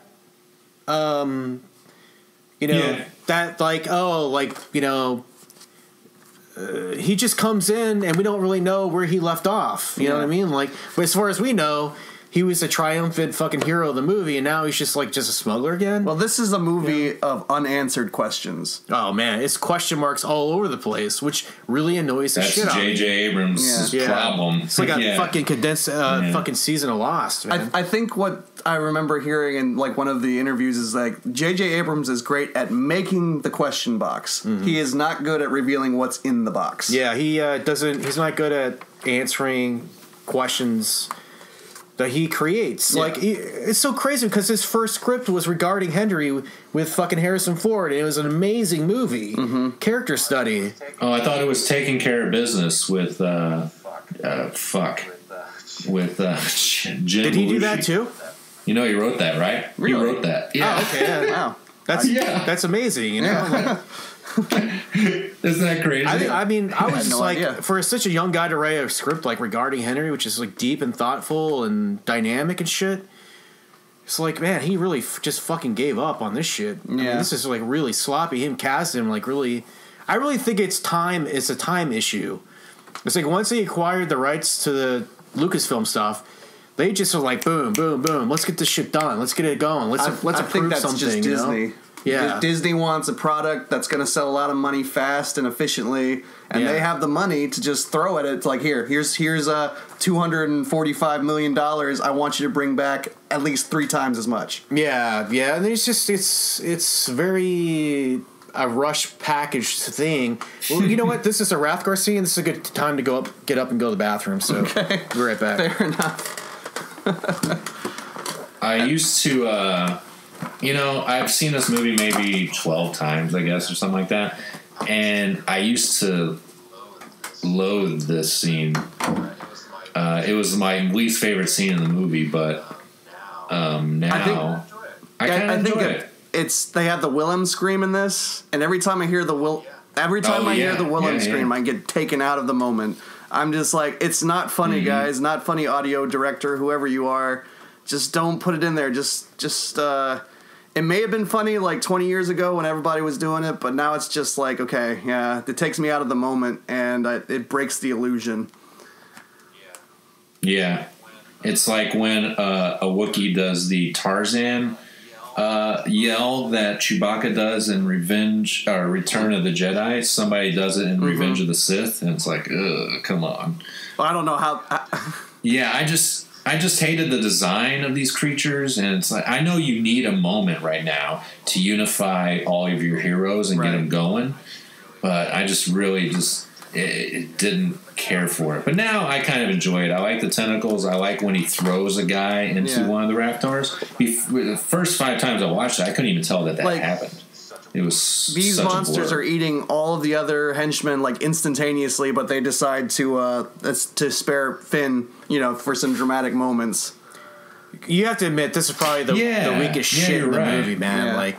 That's what he. I hate. This is where I was this movie is kind of like shitty.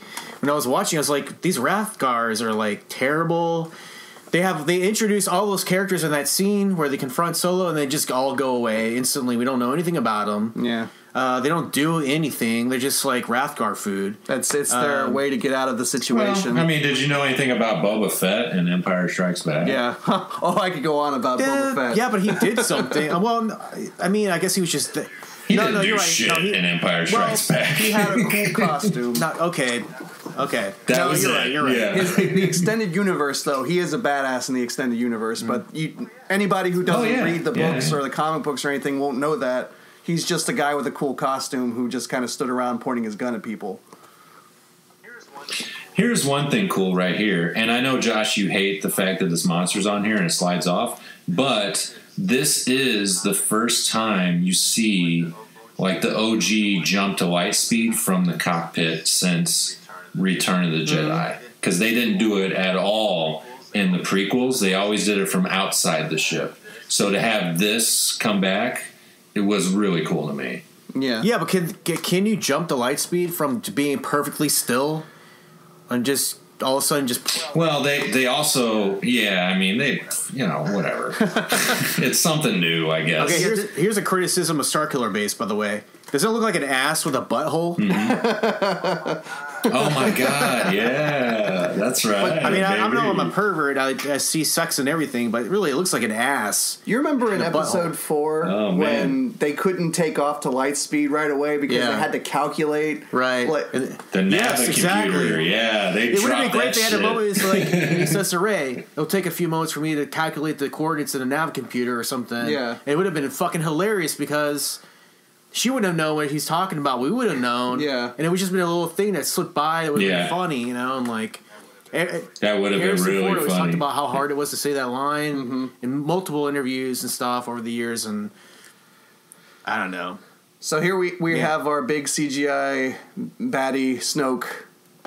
And I really want to say it's Plagueis because that's like the popular theory, and I think it makes a lot of sense because of the huge scar on his face. Like, like totally, Palpatine could have done like a headshot. Oh yeah, no one comes back from a headshot except for a guy who can conquer death, like Plagueis. And I think that's why he's got that huge scar on his head. Interesting. Yeah. Well, I was going to bring up something about him and Palpatine because I don't know that Plagueis theory. I mean, I know what Plagueis is, but I don't. I'm not for sure what his species is, and I don't know what Snoke's species is, but. Is he an old guy, or is he just a weird-looking alien? Once again, it's more questions. I think he's supposed to be like an ancient sort of Force user that's been in hiding, pulling strings here and there. I don't know. I mean, it's really confusing mess because it's like people have so many theories. It's kind of hard to suss out what Disney says about him that's actually sort of an official thing. They need to do some. My problem was that he's obviously some kind of Force user. He senses the Force, and he basically is kind of running this First Order or whatever.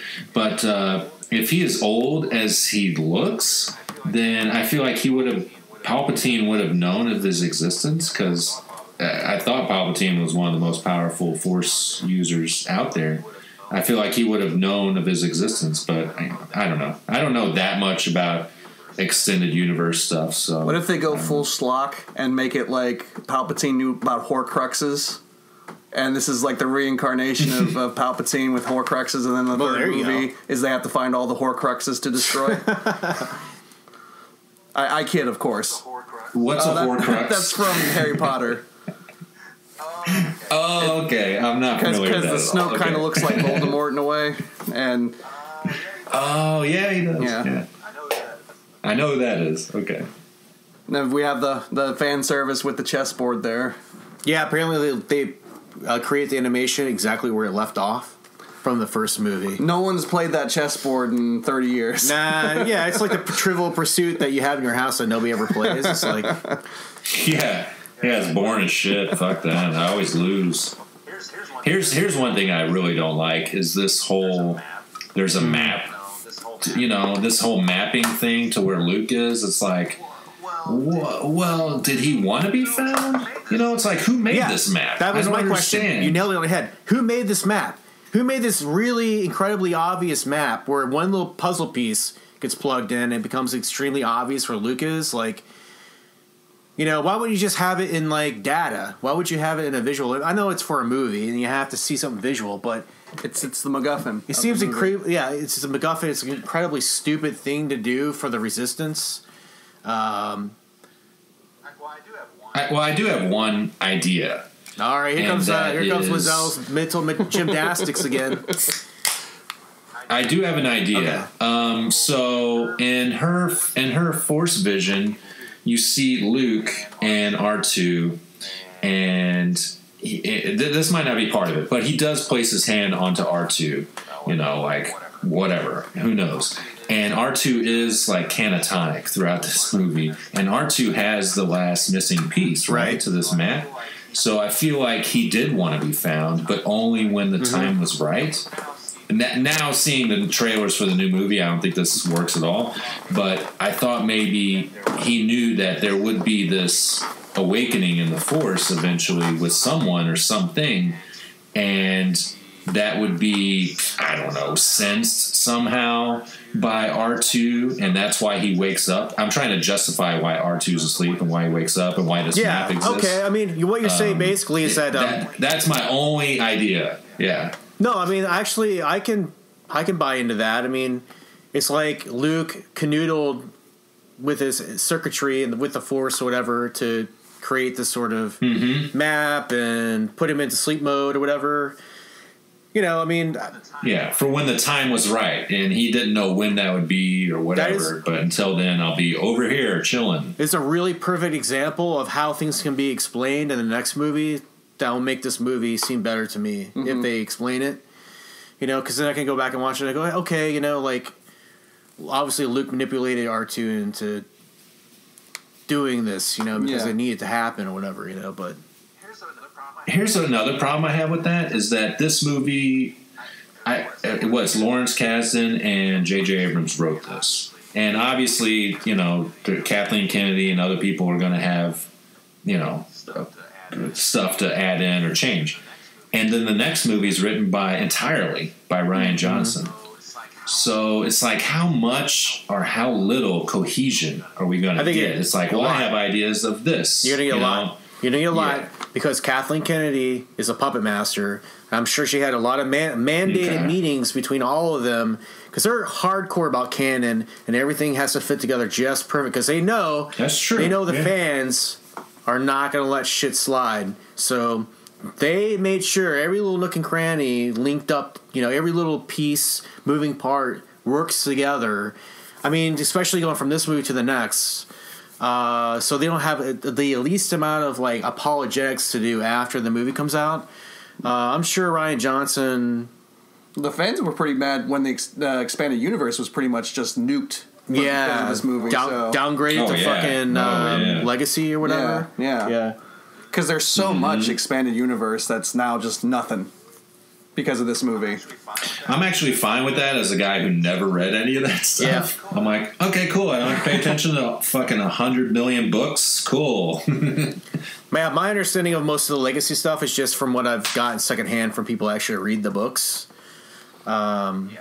They borrow a lot of ideas for this movie, but it's not the same, of course. Well, obviously they're trying to hit all the demographics. The Legacy people, the original trilogy people, the prequel people. Well, not so much a prequel, but a little bit.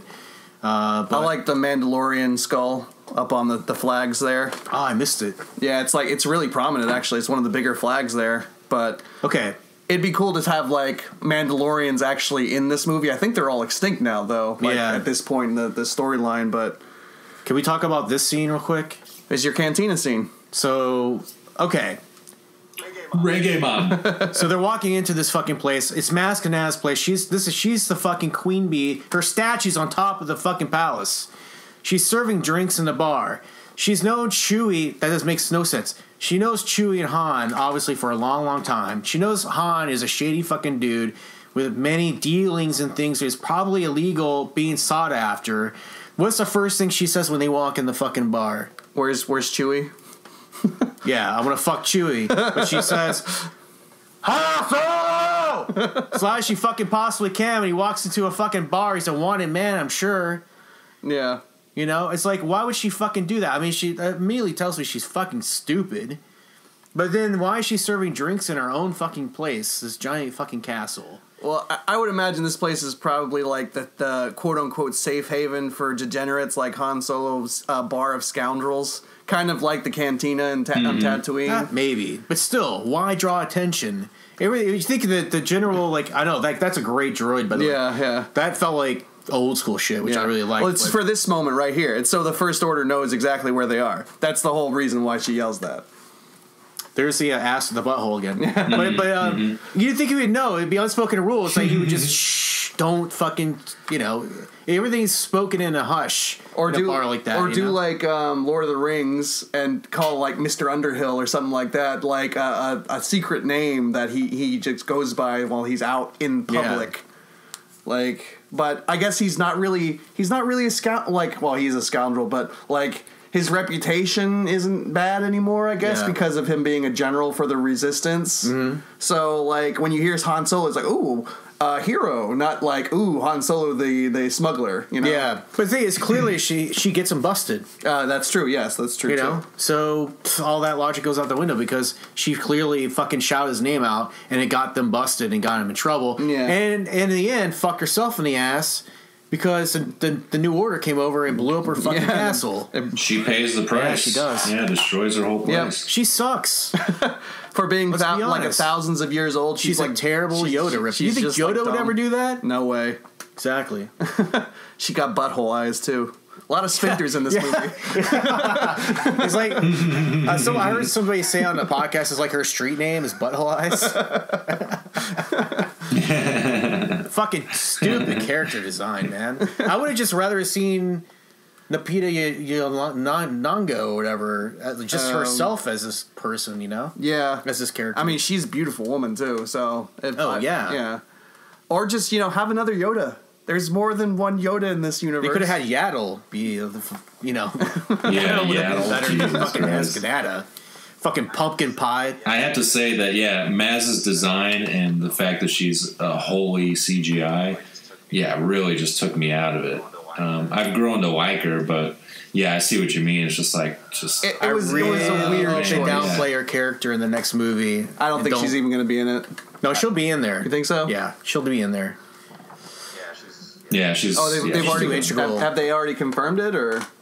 I want to. I'm pretty sure she's been confirmed as being in studio. Hopefully, she's not as dumb in the next one. So here's another perfect example. So she's like this old sage being. So she just jumps up on the table like a 5-year-old and like crawls across the table. Why don't she just get up and walk around like a civilized human being, you know? I feel like they're trying to play up the eccentric character like when Yoda was first introduced. Like, why are you here? But there was a pre-existing situation going on there where he was testing Luke's ability for patience. Right. You know? And that makes sense. And it was fun because you knew... We didn't know it was Yoda when we first watched the movie. Right. And we were like, who's this weird, side character? And then it's like he reveals himself to be Yoda. It was like, whoa. This little dude is a Jedi Master kind of thing. Yeah, it was. This has no meaning and it makes no sense at all. But that's what I feel like they were trying to do is to make that eccentric character and just like, oh, we got another crazy character here. But they just looked at it as in a surface way and they fucked it up. Exactly. Yeah. This is really one of the weakest, except for when Finn confesses. Yeah. I like that moment of acting. That's one of the parts where I feel like they actually had a little bit of chemistry there. Yeah. The rest of this is just terrible. Terrible. They're doing they're trying to do the poetry at rhymes thing. It's the cantina like scene. That rhyme. Yeah. It's the cantina scene, and they wanted to show off. Oh, look at all of our cool practical characters and everything. And it's like we spent hundreds of man hours designing this place, so check it out. Yeah, but you think about the original cantina scene, it was so much background, just set props. Really, it was all about Obi-Wan, Han, and Luke. And Luke was really kind of in the background there. It was just about Obi-Wan having control of the situation and introducing Han Solo. It had a function, There's actually a deleted scene from the original movie where Han Solo has a girl on his lap when Obi-Wan comes over, and he's like, good job showing that guy, Obi-Wan, and he just pats the girl on the butt and like says, get out of here, or something like that. And I'm just like, I'm sure so George Lucas is like, that might be sexist in 40 years from now. It's like the Greedo shot first thing. It's just like that just helps sell Han as a character, because he's the anti-hero, and I love that Han shot first in the original. That's what made it. I'm so a Han cool. shot first guy. Yeah, for sure. Absolutely. Next election, when I go to vote, I'm gonna write Han shot first and just walk out of the booth. That's it. It's like writing Harambe or something like that. That's all the politics I need in my life. But yeah, here's that little chemistry there, and you think there'd be like a kiss on the cheek or something when he leaves. Yeah, maybe just a little cup of the breast or.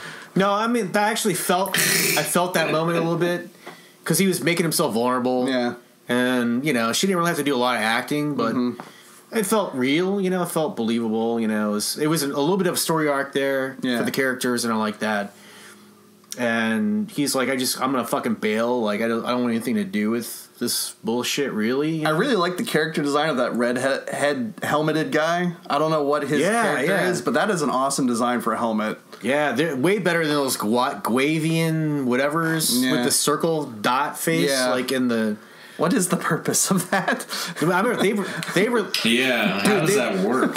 Yeah, they released those as as Black Series figures. Oh yeah, and I was like, ooh, that's gonna be a cool character in the movie. Nope. And then it was like they just background characters. Yeah, like, I don't know. Oh, it's like the Palpatine's Royal Guards. I mean, they look really cool, but you really haven't seen what they can do. Yeah. According to the extended universe, they're like Force sensitive, but they're not fully trained. But they're enough to keep a Jedi on their toes long enough for Palpatine to escape. Yeah, yeah. Which is pretty badass. I like the. Too bad we never saw it. I like the. What do you call it?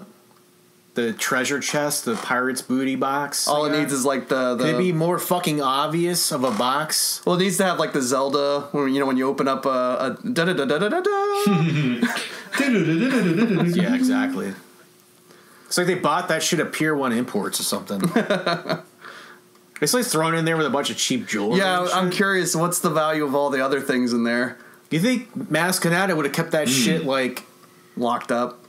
Yeah, it does seem weird. The whole fact that she even has it after it got lost on Bespin is, and the fact that they just brush over it. She's like, I can't tell you another time. I've never liked that. Originally they were supposed to have the lightsaber in the hand floating through space. Was the original opening shot of the movie. Really? And they cut it out. I think they even filmed it. What? Yeah. What? Oh my god! I'm so glad they didn't do that. Oh my god! It is, as much as I, am like, why the fuck did that happen? Like, I don't want to see that. Like, that would be ridiculous. Yeah, it's like too on the nose. Yeah, a great fantasy, but kind of too on the nose. And I mean, as far as flashbacks in a Star Wars movie goes, this is the first one ever. Yeah, pretty good. Yeah, pretty good. It was also a flash forward, it took somebody telling me this, that like everything that she sees is from the lightsaber's point of view and nobody else's, because everything that you see, well, maybe not. I mean, the part where R2 and Luke are is confusing, but the fact that it's the Cloud City duel and then it travels all the way to... No, it doesn't make sense now that I think about it. Because it shows her on Jakku being left. So maybe it's a combination of her background and the lightsaber coming together. Because it ends on the Starkiller base with Kylo Ren coming out, and that's where she fights him with the lightsaber. I actually really like Kylo Ren's lightsaber. And I know a lot of people were like, why does the two little lightsaber things come out on the side? I'm like, so his hand doesn't get cut off? Yeah. Yeah, to stop a fucking lightsaber from killing you? I was like, they were trying to do something, I knew that they were going to try to do some things different. and I knew that probably a lightsaber was going to be one of them because they did the same thing with Phantom Menace with the double bladed, the cross blade lightsaber thing. Yeah, the way they revealed it to everybody with that fucking teaser that never made it into the teaser scene that never made it into the movie was fucking fantastic. And so I was like, I knew logically it doesn't really make any sense because you could slice off those little metal parts on the side and it would still cut your hand off or whatever. Yeah. Or you're actually increasing the odds of you cutting yourself, twirling that shit around. I suppose. But I could suspend my disbelief on that for a cool prop, because it's just whatever, you know what I mean? It's not really that integral to the story of the story of the movie because it doesn't really play a role in telling the story. It's just part of, I guess, ass with a butthole. I guess it's just like, Kylo Ren made his own lightsaber and it was like a kind of uncontrolled laser. Like, it's like its personality. Yeah, it's uncontrolled, it's unrefined, and it had to have extra energy shooting out the sides in order to contain the kyber crystal explode. Or something. It's the kyber crystal is cracked. Yeah, that's right. And part of the ritual of a Jedi is to make your own lightsaber. And because he didn't finish his Jedi training, he just attempted to do it on his own, not realizing, this kyber crystal's cracked, you shouldn't use it. And he probably went through 2 or 3 builds, and they kept exploding on him. And he's just like, well, maybe if I put these vents on it, maybe it won't explode. But at any moment, if he doesn't hit that lightsaber just the right way, it could blow up in his hand again. See, this is why I need you, Brian Lee, because you got the fucking that's cool. You got the fucking geek facts over here. Yeah, I'm just a nerd. But I always really liked the. I liked how the blade was shaky and not not quite contained. Right, was a really great identifying. It's a great look. Yeah. And it's a great identifying thing for that character. And the little things shooting out the little thumbs out the side didn't really bother me that much. It's always like an old knight. Like an old knight, like an old Knights of Templar or something. Real quick, how does this work? It doesn't. This laser, it just splits off and goes exactly where it needs to go. It makes no fucking sense at all that anybody could even see it from the ground, too. It's like all these plants are within, like 1 light year of each other or something. It's ridiculous, That part, I was just like, wait a second, It's like a J.J. Abrams Star Trek moment where, look how close these plants. I guess a couple are moons and one's there's one planet and then a bunch of moons. I seriously thought this planet was Coruscant. Yeah, initially. This is the confusing shit that I can't stand. Is they don't explain any of this. Really, they're just like, well, the Republic's gone. It's like, what? All those planets are so close together. And now, if it was Coruscant, I would have been like, whoa, shit! They just blew up that entire planet. The whole Republic's just destroyed at that point. And then Jar Jar Binks would be dead too, which is what I really wanted out of the prequels. I don't hate Jar Jar Binks as much as everybody else. But I loathe everything about the prequels. Isn't that planet the home of the Republic? So I think that's what they said. I'm pretty sure it's destroyed. Yeah. So now you literally only have the First Order and the Resistance. And that's one of my problems with this movie is because they don't really explain what is the Resistance? What is the First Order? How does it work? That's the thing. You don't know. You don't have any knowledge of what's the new Resistance? What's the new order? It doesn't make any sense. It's they're both just remnants of an old time 30 years ago. But so you don't. Well, I think that the First Order came about first. And then that's why, and the Republic allowed it to happen. They're like, okay, you can do your little song and dance over here, but you can't build an army. You can use this leftover ships and stuff. Fine, do whatever you want, but you're not going to be able to build anything. They're like, okay, but then the people in the Resistance like, no, we got to take these people down. You can't let them do this, and that's why it's a faction of the Republic. Yeah. And the Resistances, but it took me forever to fucking figure that out. And that's just so lazy, dude. I mean, because they're just relying on you to be distracted by lightsabers and spaceships or whatever, and you're just and then have to figure it out later. You knew exactly what was going on in A New Hope. Yeah, you knew exactly what was going on in Empire Strikes Back, and I guess you had to see the first 2 movies to understand Jedi, but. Here's some more of Rey Mary suing. Perfect shot. Yeah. But to get back to... Hey, she missed first. She missed once. But to get back on some more of the... She had to get her baseline on first.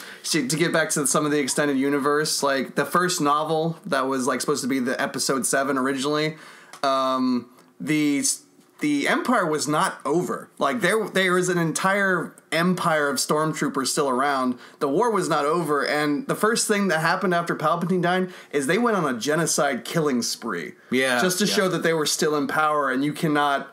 Just because our leader's dead doesn't mean we're gone. Yeah. And, I mean, the war was not over just because you took out the Emperor. So, but in this like version, it seems like, after we killed the Emperor, they were all done for. So, peace for 30 years or whatever. They should have done some kind of, I don't know, something to set up a little bit, like, that helped us span the time between the end of Jedi and this. Like, what about, like, but they never do that in Star Wars movies, so it's kind of hard to throw in a montage like that or something, Like you're gonna have like a 1950s diner in the prequels. You might as well just have like a newsreel, like some movie theater. Let me see what's going on with Star Wars. See? Oh yeah, I get it. It's war. It's war. Yeah. Nitpicky thing. First of all, I don't like these set pieces that much. It's kind of. I don't believe it's the castle that was just there at all. Yeah. I mean, they look okay, but they look like set pieces too much to me. You could take this set and put it in any other movie, like a war movie. Yeah. Like Saving Private Ryan or something. You wouldn't be able to tell. It's not that good. And then... So they should have had Captain Phasma here. I think they heard the fucking fan complaints, which is why you have the Phasma Finn thing in the next movie. Well, this is actually another one of those written stories that are like a background of this character. Apparently...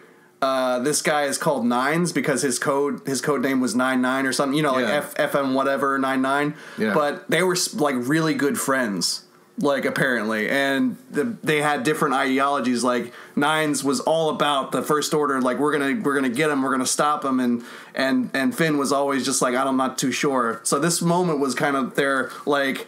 You finally did it. You went over the edge, and now I have to put you down. Kind like of thing. Finn and Nines like ate lunch together. Yeah. They were like, "What the fuck, dude? You're wielding lightsabers now? Like, what the hell?" They were like the brothers or whatever. Their same unit and everything. So yeah. But just saying, it would have been made more sense if you Phasma to show up because we needed more Phasma in the movie. Yeah, we want to see her. And that Phasma doesn't do anything in this movie. She doesn't. Shoot a blaster. She is the Boba Fett of this movie. She doesn't even get angry in this movie, So, well, she's less than Boba Fett. Yeah, it's just she's the biggest limpest dick. The thing was Boba Fett snuck in under the radar. He was just there, and the fans lashed on. Yeah, she holds power. She's has a position, a high position. Disney blasted this fucking character in our fucking face like it was going to be something epic. Yeah. Like a new Boba Fett in a way or something. Like a super trooper, It was the toys. And we got fucking dupes, so we watched the movie, we're like, well, she doesn't do anything. And she gets tossed away like a piece of garbage in the end. I think that they calculated all those fan,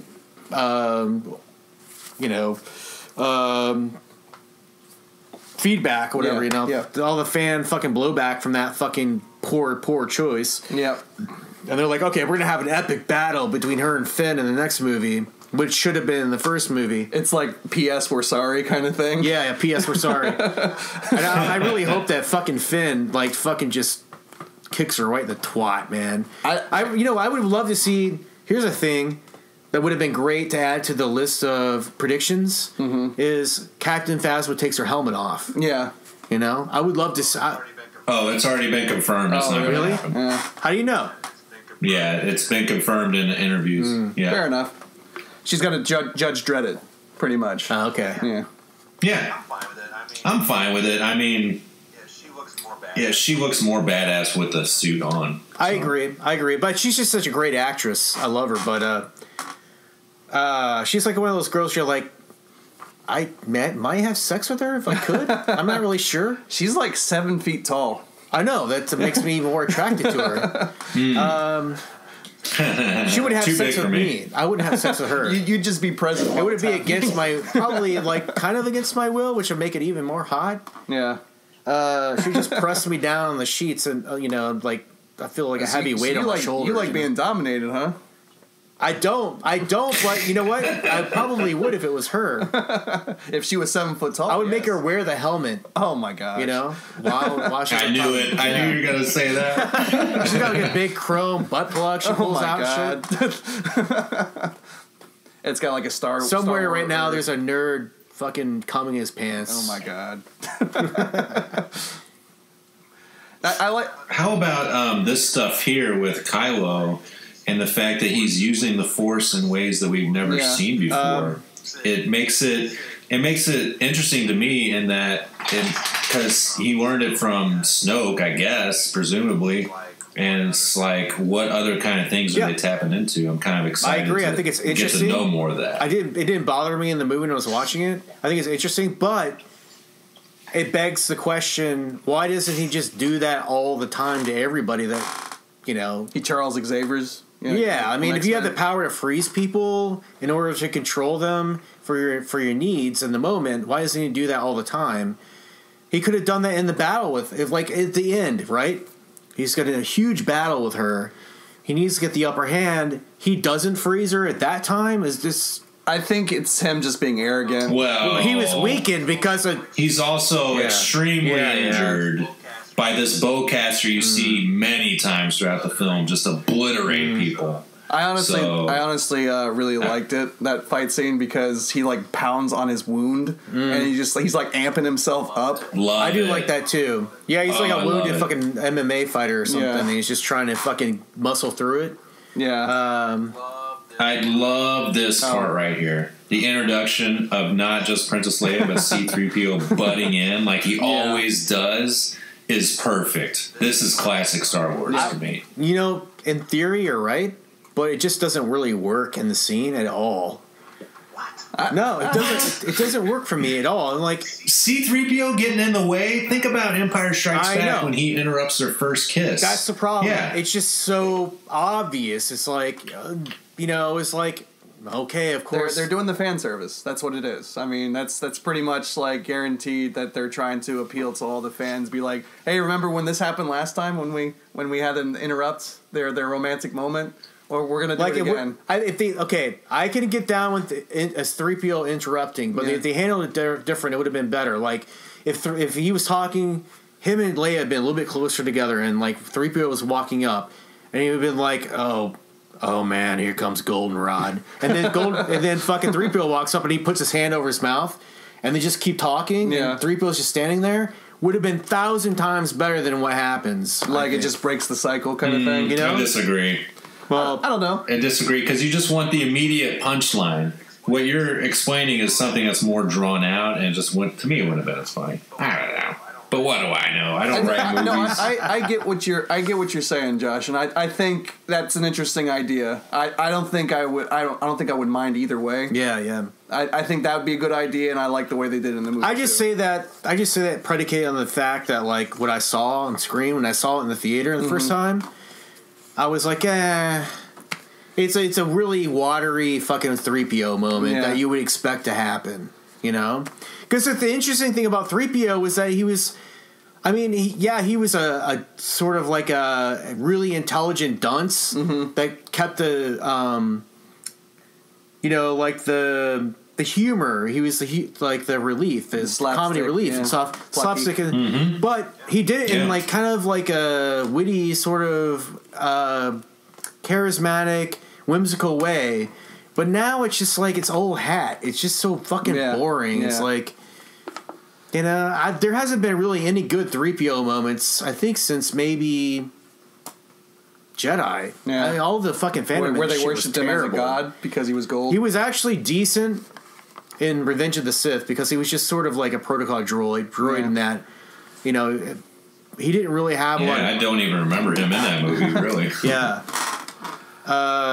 In this, it's just pointless to be in this movie. They just have him in there to be in there, Yeah. Well, they're only C-3PO and R2 are the only characters to transcend all the trilogies. But as a guy who loves those two characters probably more than any character in the Star Wars universe, I'm happy to see them even for just a moment. I'm happy with that. If call it fan service, I guess. But oh my god, this scene with Chewbacca and the nurse, I fucking love this. I don't know why, because I guess because you never get Chewbacca outside of Han Solo. Yeah, I guess we're gonna get a lot more of that. But yeah, him just talking about how badass he is, and he's like, oh yeah, the nurse is kind of humoring him. Yeah, okay. Mm-hmm. I like to fantasize that he fucked her, and in a fucking storage room somewhere. What do you think? A big old Wookiee cock is like barbed like yeah, it's like like a fucking like a dog dick. It's just like a lipstick, but it's like the size of a horse. It's Red like the Rocket? size of a horse cock. Oh god! And he's just like fucking reaming her in like in the fucking storage room. Jesus Christ! I mean, I'd beat off to that at least once a day. That's just like my fantasy. I didn't just think of that on the spot or anything. That's kind of the shit that runs through my head. Oh god! What? Here's a real question. What happened to Chewbacca's family from the holiday special? Oh, they were. They were wiped out by the Death Star at some point, I hope. Man, what if like Chewbacca's son shows up and he is just like as badass as his dad, and they just like have a scene where they're like tearing people apart in the next movie? Yeah, what is his son? That would be cool. That would be very cool. What was his son's name? Lumpy? Was it, or was that the grandfather? Oh God. No. That was the grandfather. I think it's pretty much been well established. You can really only have one Wookiee in these movies and have it work. Yeah. That's why Lucas is like, we're just gonna make them into Ewoks. Little tiny bears. And that would also make him a really bad father because he's never there for his family ever. Yeah, he's an absentee father. I wonder if he gets any fucking Wookiee pussy on the side. Like, I mean, all his travels with Han Solo is like immoral as Han Solo is like, you think Han Solo ever like bought some pussy for Chewie? Because he doesn't want like fucking Chewie. He needs Chewie to be on point. You know what I mean? He needs to be focused. What if there was like a Wookiee mating season, and for like he goes into heat, Chewie goes into heat. One whole month he's like unavailable. It's like Chewbacca's on his mating season. He's gone for the month. I gotta take some downtime, guys. Here's an idea. Do you think there was ever a time when Chewie and Han were flying through space on the Falcon, and Chewie just like put his hand on Han Solo's leg, and Han Solo was like, this isn't happening. And he just takes his hand back real quick. He gets a squirt gun out and squirts him. Not today, kid. Not today. That'd be great. Not until So what about Carrie Fisher? Do you guys like her in this movie? To me, she was, to be honest, very okay. Yeah, and it seemed like they cut away from her and mainly focused on Harrison Ford because she's just she was very dusty, very rusty. She has like old woman voice now. Yeah. Like if you watch episode 4, she's got like this nice, authentic voice, and now she sounds like I guess she is a grandma, but like she got hit by the grandma voice hard. Well, the thing is, it doesn't. Mm-hmm. But the thing is, it's not the voice. It's just the essence of the character is not there anymore. Yeah, she doesn't have the fire burning inside of her anymore. She's like tired. Yeah, I mean, she's just there. She's just there as a So interesting. The actress is there, but the character of Leia is not there really. And you're like, it's Carrie Fisher. You want to give her a big hug, so you don't criticize her too much. But she's really useless in this, right? And it's just sad. That's we're going to get more of the same. Maybe she improved. Maybe she saw what she did in this movie and she improved, because she said in like interviews that she really botched this. Oh, yeah. That she really had a hard time getting back into the groove, and I think JJ probably had a lot to do with helping her pull off like what happened in this movie, which is barely passable. It's like she's been gone in a cave doing meth for like 20 years or something. Hanging out with her dog. And like they just pulled her out and like cleaned her up and put some makeup on her.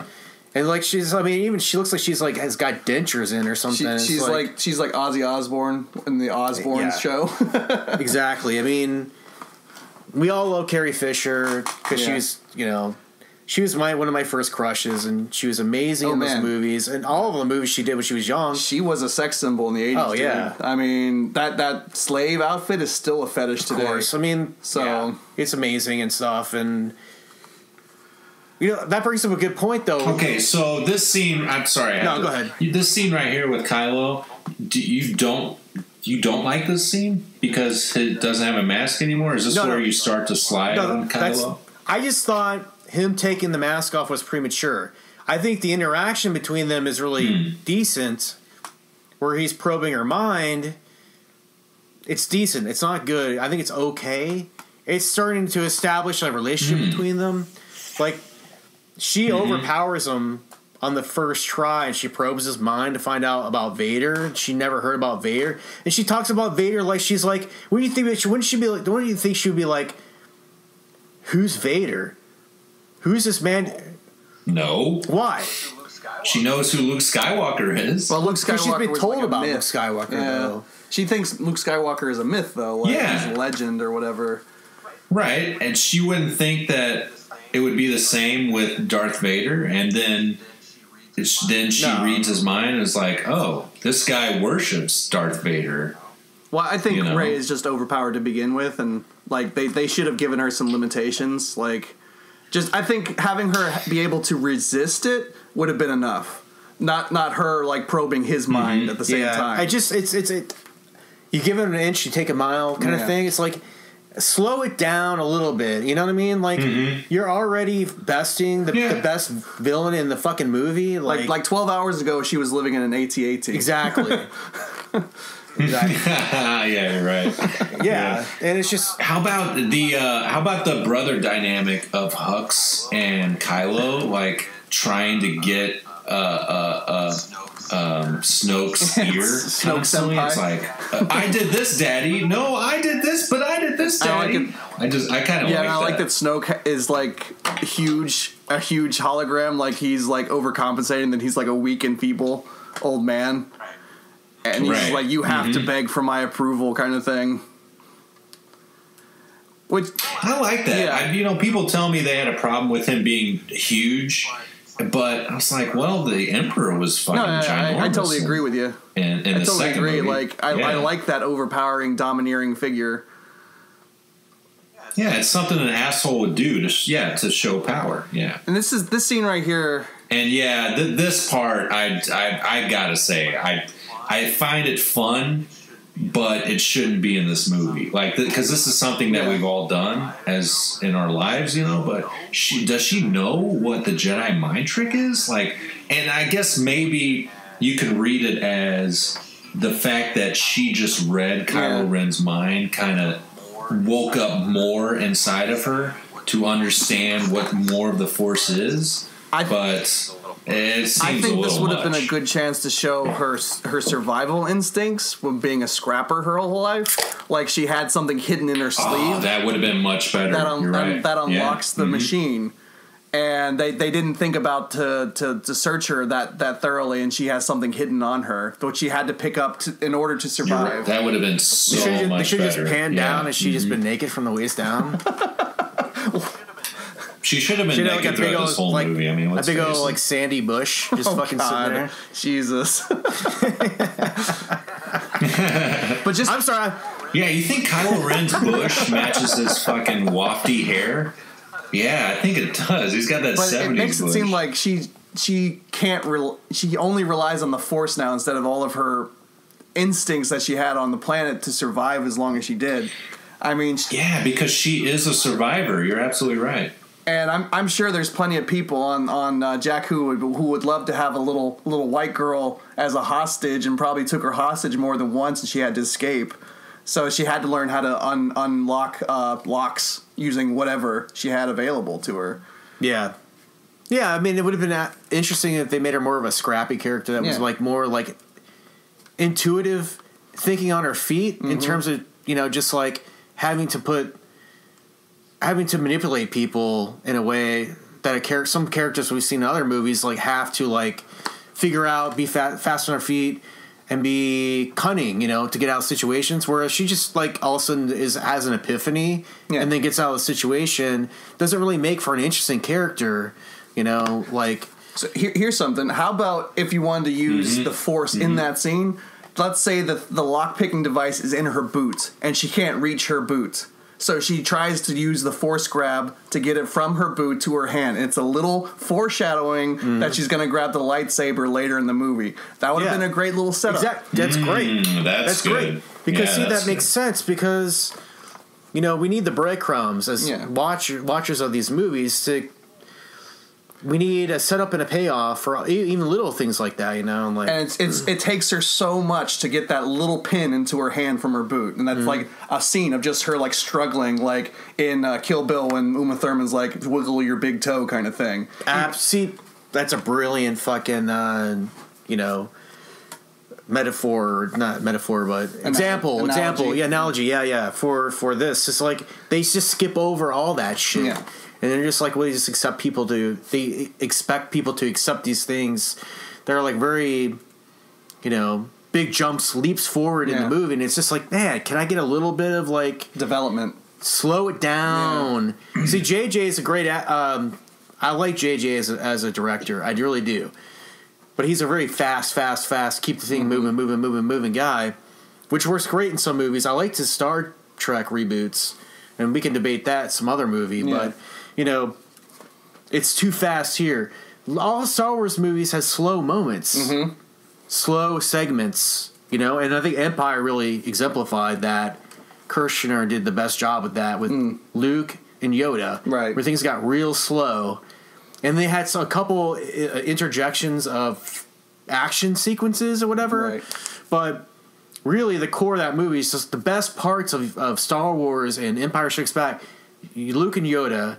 And Yoda teaching Luke about the Force and the whole mythology really coming into play there was like the shit that really got me hooked on Star Wars when I was a little kid, because it was like thinking about these bigger themes in life and stuff. And the mentor, the father-son thing and the mentor thing was huge.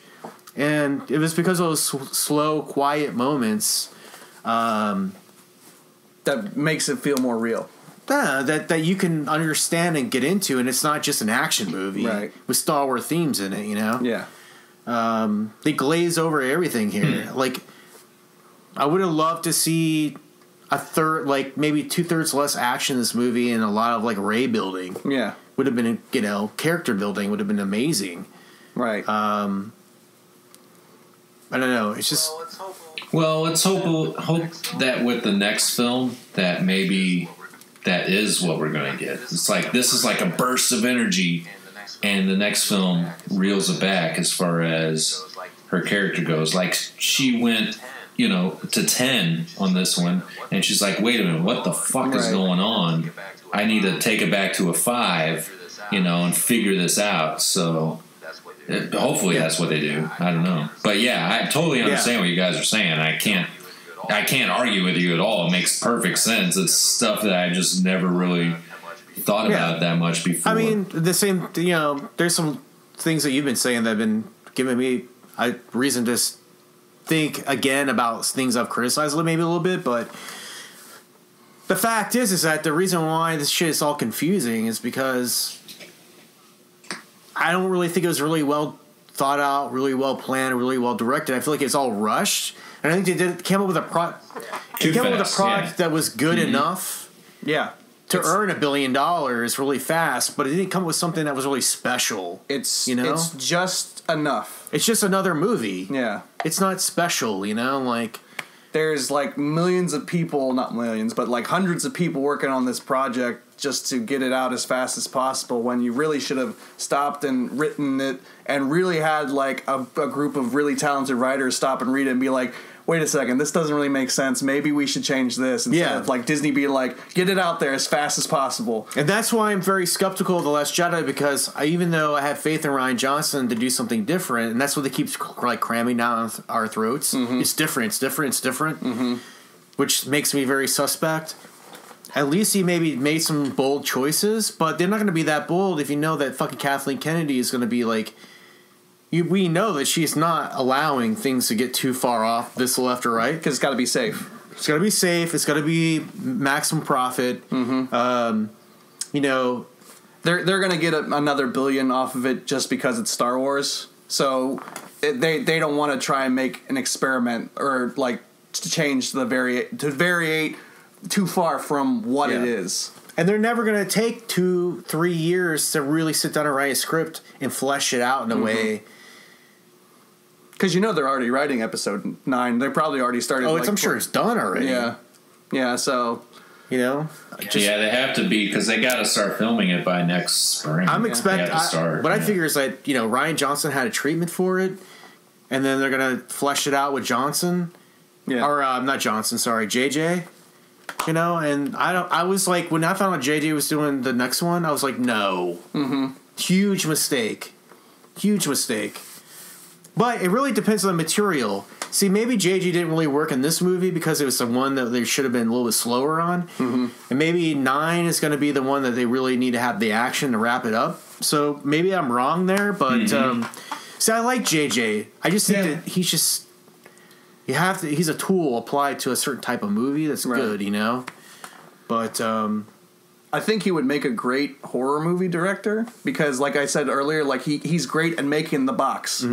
And the one thing that most primal fear that people have is the fear of the unknown. And if you could tap JJ to do that, he could make a really great horror movie.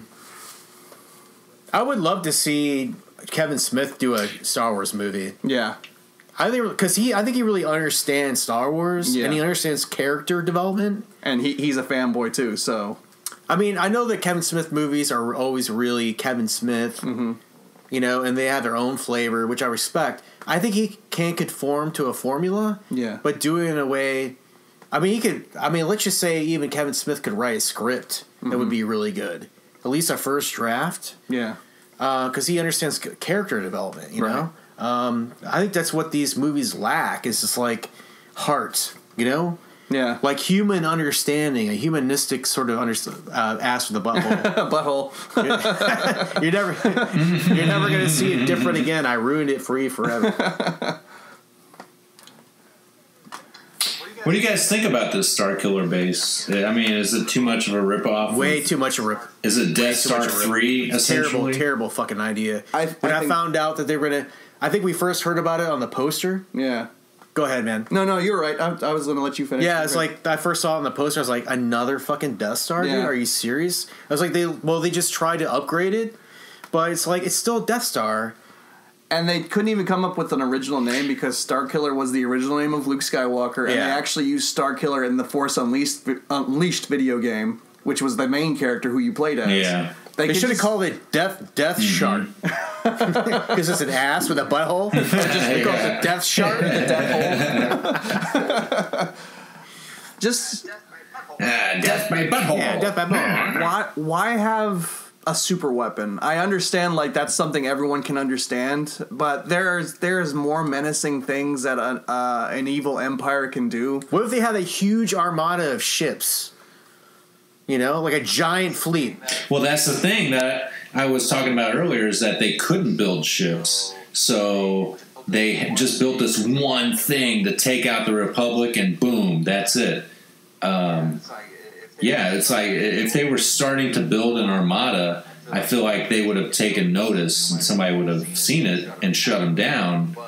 But they could secretly take this planet and turn it into a supervisor. Okay, how about this idea, dude? Let's just take the whole life or death thing out of the movie. Like how in every Avengers or DC movie they have the big villain that has to save the world. Let's just take the save the world thing out of this movie and just have it be about Rey and the Force Awakening and her, and have some confrontations with her and Snoke and Ren, with a little bit of Luke teased in there. And just have it be more of a character piece with some space battles in it. Grant you, I know you need some space battles, but maybe they didn't need to have the big, giant fucking, Death Star thing in it. Well, I got another idea. I think that's the next movie. Essentially, I feel like this is the first act, and then the next film is the second act, and just like Empire. I mean, I hate to say just like Empire, but that's what's your idea, Mr. Lee? My idea is make it to where the Empire won.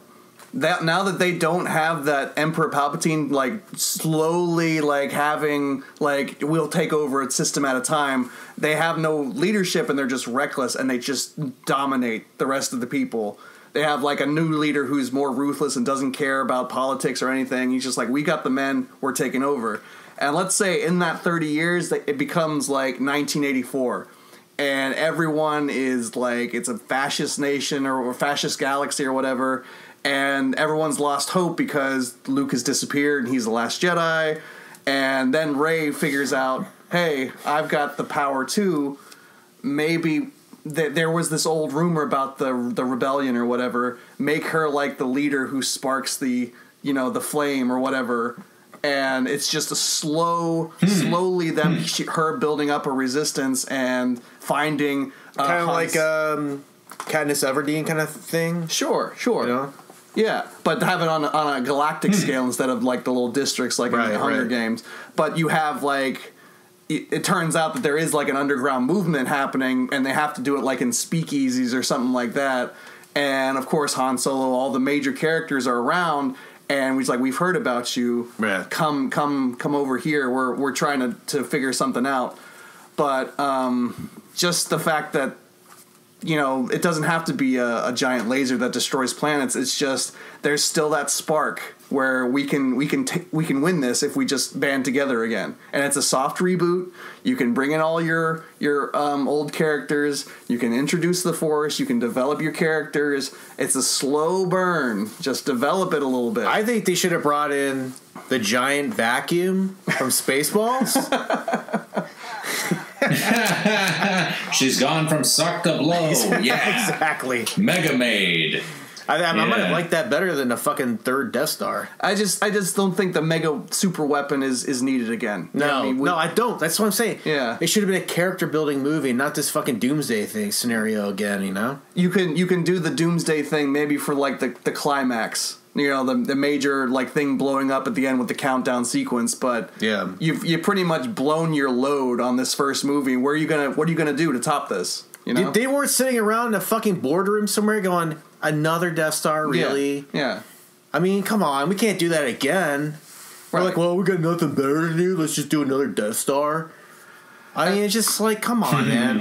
And that's what I was having such high hopes for Rogue One, because it wasn't about destroying it was about destroying the. But don't get me started on Rogue One, dude. But here's what I'm saying.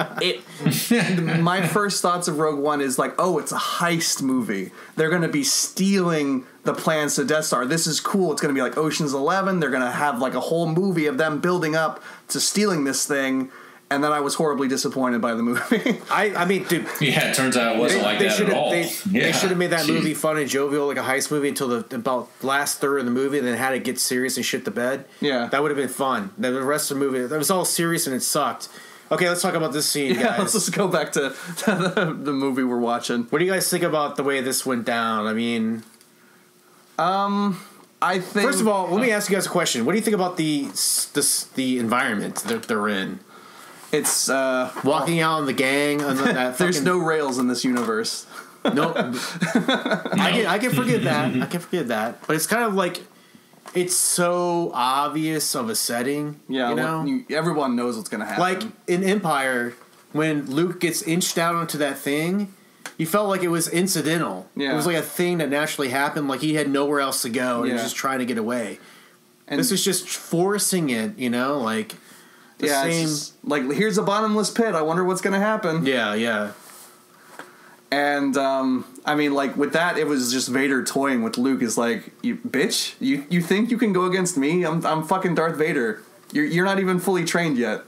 And here, I think fucking Kylo Ren still should have had his helmet on. Yeah. And as his father gets closer, he's clinging to that helmet. Mm-hmm. It's what they call an objective correlative in movie. I've taken a couple classes in film, okay?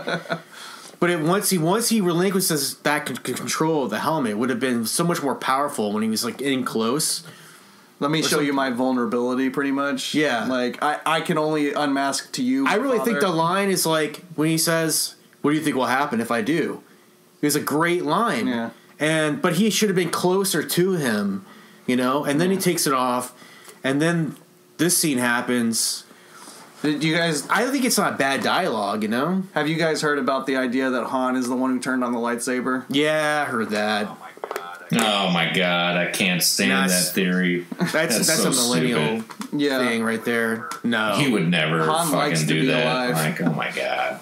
I heard a theory that Han knew he was going to do it. Yeah. He was hoping he wouldn't, but I think Han knew he was going to do it, so he was kind of complicit in the act in terms of like a sort of submissive way. Yeah. But Han knew that he could die doing this. This is the first time he's ever gone out to him as a son in this getup. Like, dude, I haven't seen you in fucking years. Please stop doing this. And he knew that this moment it could be his last. But he wouldn't be like, well, I'll help you by sacrificing myself. He loves his son, and he wants him to be, you know, come home with him, you know. Yeah, I mean, there's some real emotion in their eyes. Yeah. I feel it, but some of the environmental circumstances around them where the thing closes off and it just becomes dark and it's just like so obvious that they're building up to it. It made it predictable. It didn't seem like a noble sacrifice. It just seemed like, that was stupid of you, Han. Why did you do that? In my opinion. I mean, like, I think if he had like a more noble death, like he's holding off, like, or he closes a bay door behind him, you know, that kind of thing. Like, you know, like in episode 4 where he's running down the hallway, like shooting at the stormtroopers, like to distract them while the other guys are running away. I think they could have done like kind of like the poetry it rhymes kind of thing where he does the same thing, but this time when he comes around the corner, he's like, "Oh shit, I'm old. I can't run anymore." See, doesn't cry.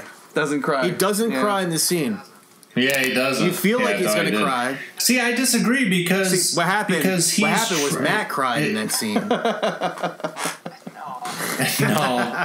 No, because you're right. It is. You can read it from a mile away, you know, but still, I feel like he is sacrificing himself. He's trying to save his son.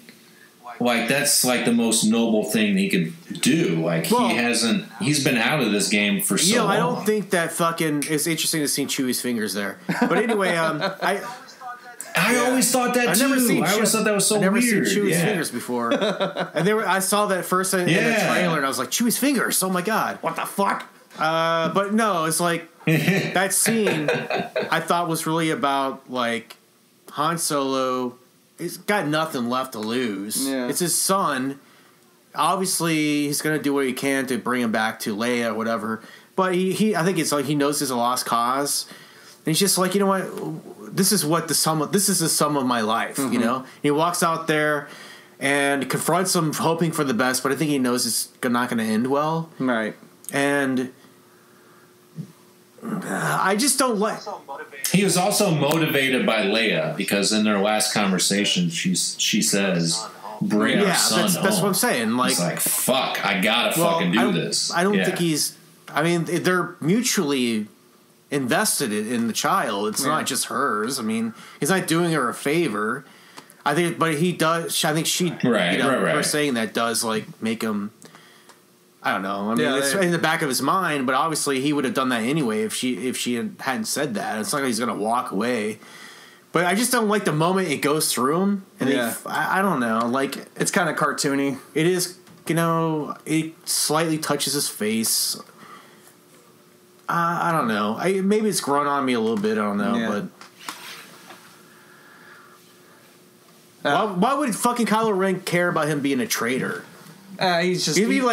He would be more like, "Who the fuck are you? Get the fuck out of the way!" Because, like, you know, or he wouldn't even like talk to him. He would just be like completely ignoring his ass. He's a peon. He's a grunt. He is until he picks up the lightsaber. That's different, you know. And then he's just like, "Oh, you want to play?" You know, kind of thing. It's like, do you really think that fucking Finn and Kylo were like hanging out in the cafeteria together. I think the only interaction they had before this was when Kylo like looked over at him in the very beginning of the movie. So Kylo saw through his helmet. Well, yeah, he saw the doubt in him. Yeah, that was a smart thing to add in. Yeah, for sure. That would have been good. Little pause if he like mentioned it. It's just like, I remember seeing you in that village. I saw your weakness. You were afraid. There's some like says something like that. And it's like, fear is good. You can learn from fear or something like that, you know? Yeah. Getting back to what I like and don't like in this movie, I love this snowy lightsaber battle. Because this is what lightsaber battles should feel like. Mm-hmm. I feel like, like the prequel lightsaber battles were so choreographed. And, there were dances. I mean... Oh, they're little... I mean, I could... Phantom Menace stuff, I kind of fit... Because it was like the Jedi at their peak and all that. Yeah. Then they just went crazy and fucking... they didn't fucking ease you into that shit. They gave you the whole dick all at once. Yeah. And fucking the clones. It was like that arena full of fucking lightsaber battle. Right. Terrible. Oh my god, yeah. It's like so many And then Jedi. they fucked... Yeah, so many and lightsabers. And then Lucas fucked it up in the third movie with making that sequence between Anakin and Obi-Wan like 3 hours long. Yeah, 40-minute battle. And this is more like what I feel like lightsaber battles should be like. There's an emotional connection. And you feel the emotion there. Exactly. And there's more emotional connection when you are just full of rage, not even like remembering your training and just wailing on somebody. It's pounding somebody into submission, like in Revenge of the Jedi or Return of the Jedi, where Luke basically just pounds his father into submission. Yeah. And that's like it has so much more gravitas to it than like... Because he's lost his cool, he's lost his calm, he's lost his control, and that's what Palpatine wants out of it. Yeah, he wants it's about emotion and channeling your power, and like I kind of feel that coming through in this scene. Yeah. Everything's coming to a head here. We got the trench run, and then we got the lightsaber battle. Yeah. I like the more racially diverse and what is it? More women in the cockpits. As far as the whole diversity thing in Star Wars goes, obviously it's a Disney mandate. Yeah. It's just fucking kind of ridiculous because it's obvious. Yeah. I don't care. I mean, we're in a galaxy far, far away. I mean, there should be a million different types of people. Yeah. It's like, oh, hey, you know what? Here's a short, squatty, kind of pudgy Asian who's going to be in the next movie. Yeah. It's like, I guess they're going to try to... I honestly never noticed a woman in the cockpit until right now. I'm being dead serious because this is so like just nothing to me, the space battle part or whatever, and it's my least favorite part. It has you're flying around shooting something. Dude, I don't get it. I've never even noticed that one of them was a woman. Yeah. I'm being dead serious. This fucking sequence with the trench battle has nothing on the original or in Jedi at all. Like, there's no tension. No tension. You don't care. We care about this. We don't care about the trench run. It's like... Exactly. And plus, we all know, they're going to blow it up. We know it's going to happen. Here's the thing with Rey, too. She is running from Kylo. She's not, standing her ground. She knows she's no match for him. She's using her survival instinct again. It's like, I'm going to run, and I'm going to wait for my moment to where he's vulnerable. And that's the whole reason, she's on the away. retreat, Yeah. And people are just like, oh, she was able to stand up against Kylo. It's like, no, she was running the entire battle. She knew she couldn't win. On a head-to-head battle like this. I would have liked to have seen him take her hand off. Yeah, in this scene, or some if her hand was gone here and she just had one hand, she was just holding it. Yeah, barely hanging on, and the threat of imminent death brought the Force out in there would have made more sense. Yeah, I really hate the chasm plot hole. They just the Deus Ex chasm or whatever. It's fucking lazy as fuck, dude. Yeah. These are great looking scenes. I like them. Yeah. I was feeling it the moment in the theater. Yeah. But I was also at the moment in the theater defeated already. I was like, this movie's not good. Yeah. But this is kind of cool, Yeah. I'm glad that she's this is a real sword fight. It feels good. I feel like it should have been her finding a way to escape, not her defeating Kylo. Like she found a way to where like maybe she set a trap for him, and like a big pile of snow fell on top of him, and that gave her enough time to run away to where he couldn't follow her anymore. It could have been like in Evil Dead, where the fucking branches come down and then they hold her up, you know? Oh yeah. I disagree. I feel like this is the moment where she needs to be super strong with the Force, and not the other moments in the earlier in the film. Like, this is the moment where she's like, "Yes, I'm tapping into the Force because her life depends on it, right?" Yes. That's a great shot. Almost Vader shot right there, man. I don't understand the Band-Aid on his face in like the new trailer. It's like a little black strip. Like it looks weird. It does. It's a space Band-Aid. You know? Yeah. It looks like Star Wars. The Band-Aid. Looks like holographic tape. I don't understand the physics. I mean, we understand that lightsabers cut through flesh, and she cuts him down the fucking face. I mean, that would be pretty much fatal, right? You would think. She skimmed him. She just skimmed him, yeah. Enough to make him go, "Ow, my face, my fucking face." And it gives him... I will never be the same. It gives him a cool looking scar, too. It makes him more menacing looking. Yeah. It's like an anime scar. Yeah. He's more like Snoke now. Oh, yeah. Oh, yeah, no shit. I'm the most boring villain of all time. And it's just like the man behind the curtain or whatever. Yeah, I kind of almost think that Snoke was in this too much. Yeah. You know, I feel like one scene with Snoke would have been cool. Like they did in Return of the Jedi, where you get the sense of what the Emperor is. He's a powerful entity pulling the puppet strings. I think you mean Empire. He was in one scene in Empire, and then he was like, "Oh, you're right." See? Yeah, now that's why I need more of you around, man. Otherwise, I don't make any sense at all.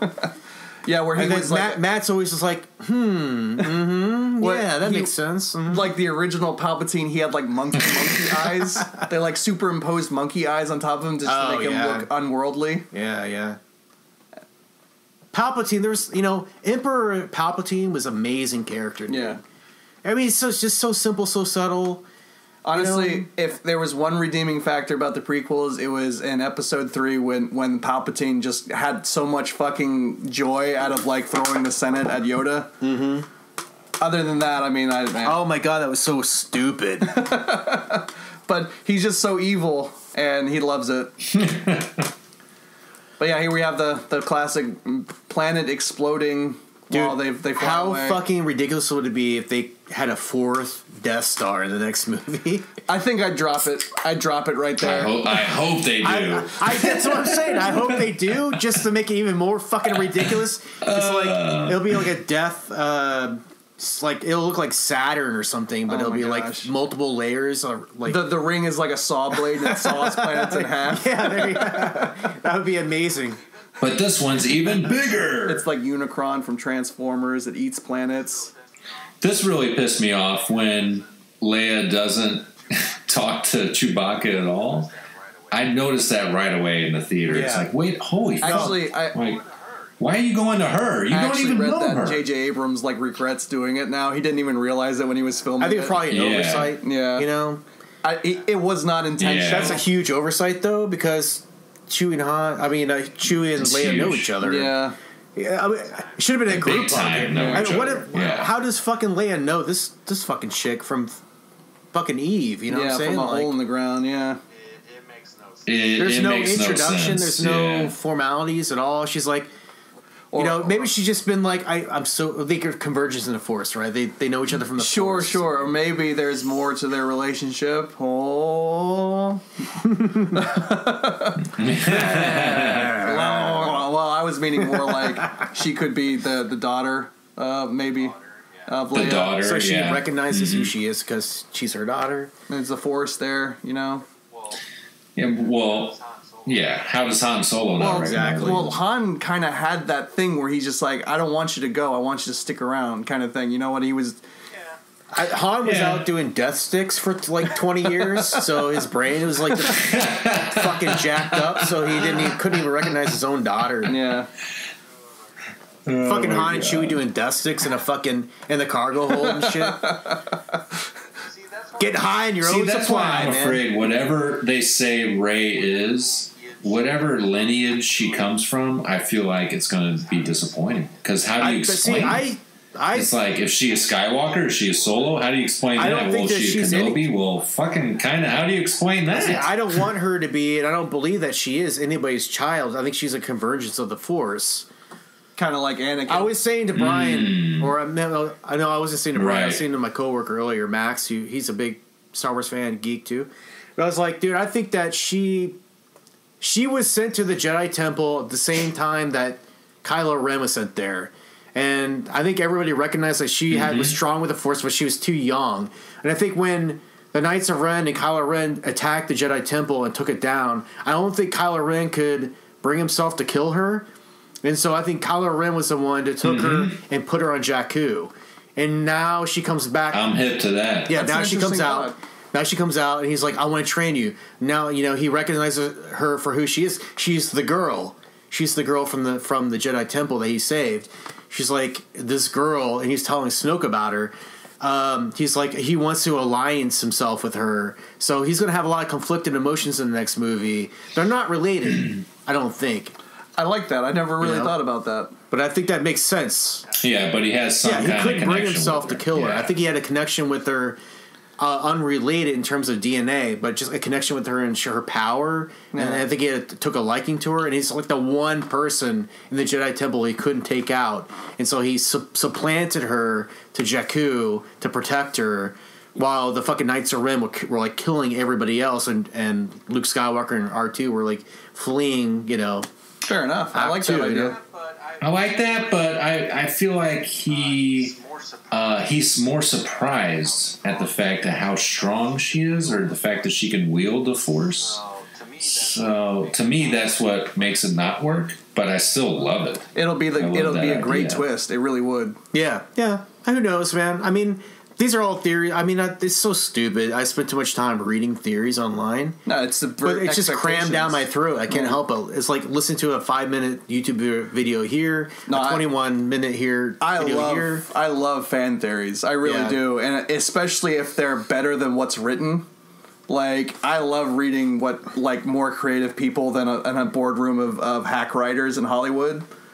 Like, there are so many more talented writers out there that really need to get jobs in making films. Oh, yeah, absolutely. I like theories after something has already come out, and it's like, well, this is how we can make this better.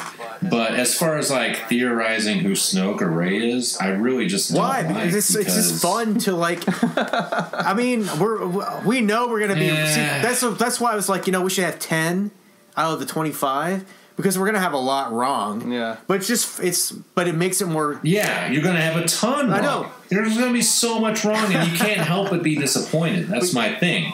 It's like, well, nobody lost an arm, so I'm not gonna win that goddamn stormtrooper. Yeah, but Wizzel, we're not putting chips down on the table like we're in Vegas, man. It's like. It's fun, okay, that's why I wanted to come up with the predictions with everybody else. I'm like, I'm just going to come up with a random list of shit, and you can pick from it. That way we can have, no responsibility to it, and just pick shit off the fucking list, it's just these are the prevailing ideas out there on the internet. Pick some, some might come true, some might not, or whatever. Yeah, I mean, we could have convened a fucking council to talk about what fucking theories we should have put in and what not ones we shouldn't put in. Yeah. It's like, what's the point? It's not fun when you do that because you don't want to take it too serious. It's like, anything could happen. Anything could happen, and it's fun to just throw ideas out there and, see what comes true, There's your boy Luke. And I was just like, at this point in the theory, I was like, are you fucking shitting me? You know how much he was paid? You know how much he was paid for the 10 seconds? Probably a shitload of money. He got paid $1 million for 10 seconds. $1 million! Han Solo or Harrison Ford got paid $25 million. He's top billed. The first character in the Star Wars trilogy. Yeah, because everybody sucks Luke's dick. You know what I'm saying? Like, everybody wants to see Luke in this movie. Yeah. Even my mom. Who was only really a fan of the movies through me, was like, I'm just dying to see what Luke does in this movie. I'm like, really? You like, you know? Sorry to disappoint you, Mom. She's like, oh my god, I was. You don't think this is a great ending, though? No, not so much, dude. I think there was a collective groan in the theater I was in when the credits came out. They were like, ah. And the aerial shot going around, fucking terrible. Yeah. That definitely should have been edited out. It should have just ended it with the lightsaber going to the hand or something, and that'd been it. But, you know, they just should have leaked out or something that Luke was not going to be in this movie. I guess they did with the posters. Yeah, he wasn't on any of the posters. But, I mean, they confirmed that he was going to be in the movie because they fucking pimped out Mark Hamill like a fucking whore. Yeah. It was funny because Mark Hamill was always like, guys, it's just a movie. Yeah. Like, even on the red carpet, he's like, it's just a movie. And he knew the movie kind of sucked, you know? Right. So he's like doing damage control early on. He's like, he was doing so much damage control that Kathleen Kennedy was like shutting him up, you know? It was like, you know. He's trying to make sure the fanboys didn't like riot. He's like, please don't kill anybody, guys. It's just a movie. There's going to be another one. I promise it'll be better, kind of thing, you know? It's funny because he talks about how he's like reading I'll be in it. Reading the script and like making all these notes and shit. And he like gets to the end, he's like, that's it? It's like the biggest cliffhanger literally in the history of movies or something. Yeah, there's that classic photo of the table read, and they're all sitting around, and of course Mark Hamill sitting there. That was the first image ever released from Disney for this movie. And I can't imagine what it was like for Mark Hamill to just sit there the whole time and listen to this movie he's going to appear 10 seconds in and say nothing. It must have been so hard for him to be like... I mean, maybe it was easier for him to be objective about the whole thing and not give spoilers because he didn't have anything to do in the movie. Yeah. But I really felt like as a moviegoer going into the movie, it was a huge cheat. Yeah. I felt like I was swindled a little bit. Like I was like, that's it. I mean, I didn't get one line of dialogue or nothing. And there was in the preview even, like he was talking about, the force is strong in my family. You know, that whole like little quote or whatever. Oh yeah, that's what really bothered me because they used that in the trailer, and I doubt they even shot that for this film. That was shot for the trailer. Dishonest, dude. Yeah, well, they cut it in, I think, from Jedi or something. You know. I think they've talked about. Well, but then they added a line. Oh, they did. Okay. But then my sister has it. You have that. And you have it. Like they added to it. Right. Maybe that'll be like the first line of dialogue in the next movie or something. I don't know about you, but I'm super annoyed when I get bait and switched. Yeah. You know? It's like, I mean, okay, if I got in like the last 5 minutes of the movie with Luke and that was it, I would have been a little miffed, but I've been like, all right, I got some Luke action. Yeah. You literally get like 10 seconds of Luke at the end. He's pissing off the edge of a cliff, turns around and looks sad. Exactly. And he's got to, and to be honest, I like Mark Hamill a lot. Yeah. But that look on his face was really terrible. Yeah. That was bad thespian acting, you know? It was like he tried way too hard. Or something, it just didn't, to me, it looked terrible. I was like, that's fucking bad, right? Well, you got to think about what his direction was too. It's like JJ's like, look sad.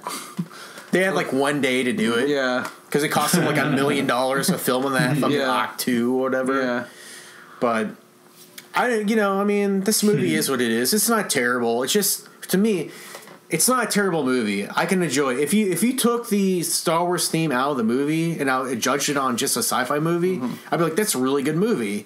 But in the context of the Star Wars universe, watching it in the theater, being hyped up for it, I was like, that really was a letdown. Mm-hmm. It was disappointing.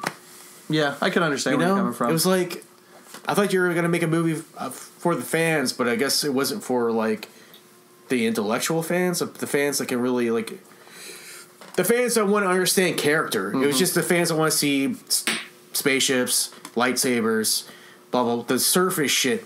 Because the original trilogy, let's be honest, is not really about those things. It's about mythology and the human condition. Yeah. That's what makes Star Wars awesome. That's why it made this whole fucking franchise. And I didn't get anything like that out of this movie at all. It was just another fucking Disney movie with Star Wars shit in it. And I'm like, okay, well, it is what it is. But I just thought that they were going to do that. They were going to bring back that feeling of mythology and deepness. I mean, okay, you could say in the original, trilogy that, like, it's not a deep movie. It's not deep. It's not deep in dialogue. It's not smart, really. It's there's great characters. There's something in it that you go, that touches on my soul. It touches on my personal issues in life, my existential ideas in life, or whatever, that I can relate to, and the whole Joseph Campbell thing, right? And this movie has nothing to do with that at all. It's just like a copy of the original with some fan service and new characters in it or whatever, and it's just like another movie. Right. That's why I was like ultimately like hugely disappointed with this. And now I'm just like, I accept it for what it is, and I hope the next movie is just a thrill ride. It could have been a lot worse. Oh, absolutely. Yeah. Dude. Absolutely. Could have been worse. Way worse. Yeah. Could have been way worse. Could have been holiday special. It could have been like the prequels. Worse. And that's where I'm going to leave that right there. Because I know you guys don't mind the prequels, but that coming from me, it says it could have been absolute shit. Like you're a prequel hater. I loathe it to the fullest extent, but it's so weird. I like Phantom Menace so much more now. It's 20 years later. I love it. Yeah, I don't love it, but I like it. I enjoy watching it. It's to me, it feels more like a Star Wars movie than this movie does. I think the well, yeah, it was made by George Lucas. Exactly. The less George Lucas has to do with the Star Wars movie, I think the better it is. I think they should have taken George Lucas's ideas that he had. Oh, for this movie? Yeah, well, for the next whatever this trilogy, should have taken those ideas and then taken the George Lucas out of it. Yeah, meaning the bad directing, the dialogue. The bad decision making, the rush, the bad decision making stuff. Yeah, the bad dialogue. Like they should have taken that shit and been handed it to Kasdan, and been like, fix this, make this good, make it good like Empire. Take 3 years, make this really good into 3 movies, and then gotten some really good young directors to make those movies, and we would have waited. I would have waited. I mean, 4 or 5 years for a really good Star Wars movie. Oh yeah, I'm all about quality over quantity. Absolutely, dude. I mean, we're gonna get dope sick real soon of these fucking Star Wars movies, man. I think the catalyst is gonna be this fucking terrible Han Solo movie that's gonna come out. Oh my gosh, it's gonna be bad. They had to refilm the whole thing. It's gonna be fucking tough. I think Infinity War is actually where I'm gonna stop watching Marvel movies too. Like after Infinity War, I'm done. Yeah. I'm like, not that you guys can keep making movies. I'm not gonna see them. Let's give Wizzel his chance to say his piece about everything. This movie and. Well, I mean, you guys aren't wrong. I mean, there's tons of problems with this movie, but what it did for me was, it just put me into that mood, and it did a lot of fun things. And yeah, it could have been way better, of course. Of course it could, but I guess I just didn't fight it so much, and yeah, I wanted Luke Skywalker to be in it, but at the same time, I still loved I like the cliffhanger ending like this. It's like, oh, there's Luke, and oh, what's going to happen? Oh, we have to wait. And I'm fine with that because I know this is a trilogy, and that's what they were doing with it. And I didn't even expect Luke Skywalker to be in this movie because he was nowhere in anything except for he was promoting it. So I had no expectations as far as that goes. I thought even Luke was Kylo Ren at one point. It's like, maybe he's that guy in the mask. I have no idea. But yeah, I can't really argue with any of your points because, I mean, they're all valid. They all make sense. But I can't change that now. and I saw this 5 times in the theater for a good reason because it's good. I mean, it's a good ride, and do I want some things different? Sure. But I love the new characters, especially Rey and Kylo. I think they're extremely dynamic, and where they're going to go is going to be even more fascinating than where they are in this movie. and the fact that they got to drift down from Harrison Ford's Han Solo, and he's great in this fucking movie. He's like the funniest he's ever been, and he's old man Han Solo, and it was pretty much perfect for me to see him hand the baton almost literally off to these new characters, and so I'm excited to see where they go. I mean, yeah, as far as like how far they're going to expand this universe with future films and spin-offs and everything, it's going to get so exhaustive. But as for right now, I'm totally into it and excited. Awesome, dude. Yeah. I mean, everything you said makes sense. Right on. I mean, this movie, like, you know, as much as I criticize it and whatnot, you know, it's out of fun. It's out of true love for the franchise, and, you know, there was nothing in this movie that turned me off so much that I would not go back to see the new one, you know, like, and the one after that or whatever, you know, and no matter what, I mean, I might be disappointed and gripey about it. For the most part, these movies are fucking entertaining, man. They're a good time, you know, and they have such a huge fandom for a reason. Yeah, you know, I mean, I'm always going to be curious to see what happens to the characters and how things develop and change, and, you know, if I ever procreate, I'm sure my grandchildren will be having these same fucking podcast conversations. I like listen to my grandpappy, and there's fucking stupid fucking commentary from 2017. Oh my god, so stupid. Why were they so angry about movies? I know, my grandfather is so dumb. They teach. It's just a fucking movie. Yep. It's fun to debate this stuff, but let's shut it down. Should we rank it, or is it worth it? Rank it? Rank it to what? Oh, are you talking about compared to other Star Wars movies, or like on a scale of 1 to 5? Let's just rank it as a movie on its sitting on its own 2 feet. Okay. Whoever wants to go first. I'll go first. I'll give it a 5 out of 5. I love this movie. Was that as far as like pure enjoyment? It's pure enjoyment to me.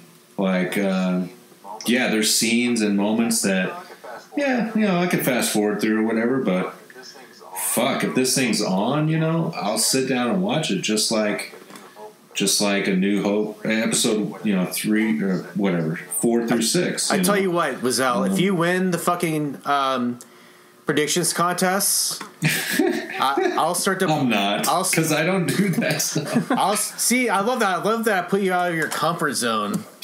Mr. Game Show host himself with fucking BananaLaser fucking game shows left and right is uncomfortable doing a fucking Star Wars game show. But you know what? If you win, I will actually start to listen to you even more, because maybe you're onto something. You know, we'll see. We'll see what happens. Yeah. Okay. All right. It's a distinct possibility you'll win. Who knows? But what about you? Yeah. Who knows?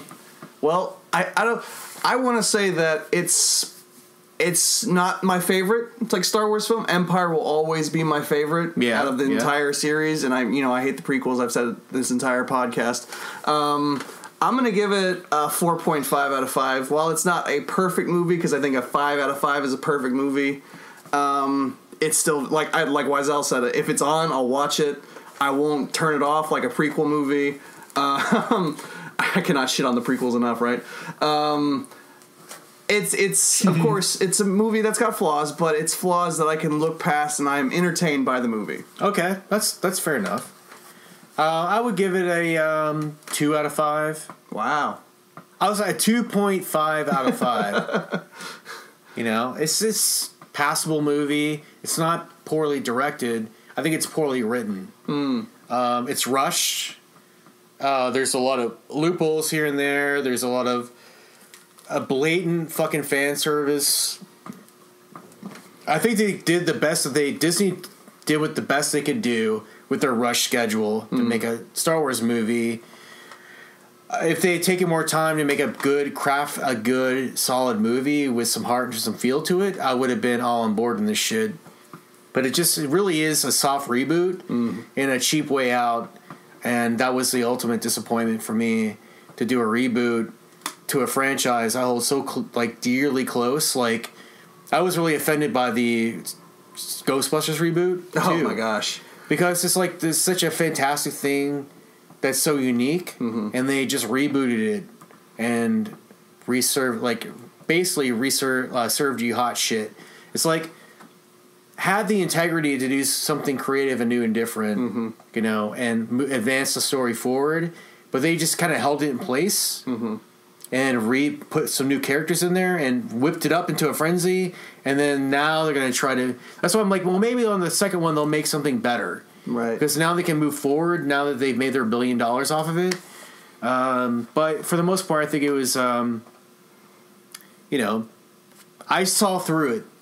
And I saw it as a weak attempt to make money and to fan service and fuck everybody, you know. Really, I mean, with the best intentions, you know. Fuck everybody with the best intentions. Yeah, I mean, you know, take their money, show them a good time, but fuck them in the end. And then send them home. Send them home. Before going to bed. You know? And that's why so many people were like, you know, on YouTube would start filtering in pretty quick. I'm talking about like a week, like within a month after the movie came out. Yeah, they had time to process it. Fucking YouTube videos that come out left and right of fucking criticizing this movie for being a fucking shill of a movie and being a cheap reboot. And that's what I think it is. But it didn't cross the line into being atrocious because they couldn't, you know? They had to keep some integrity intact. I felt like it's very designed. And I don't think the heart of a good Star Wars movie is being designed like that.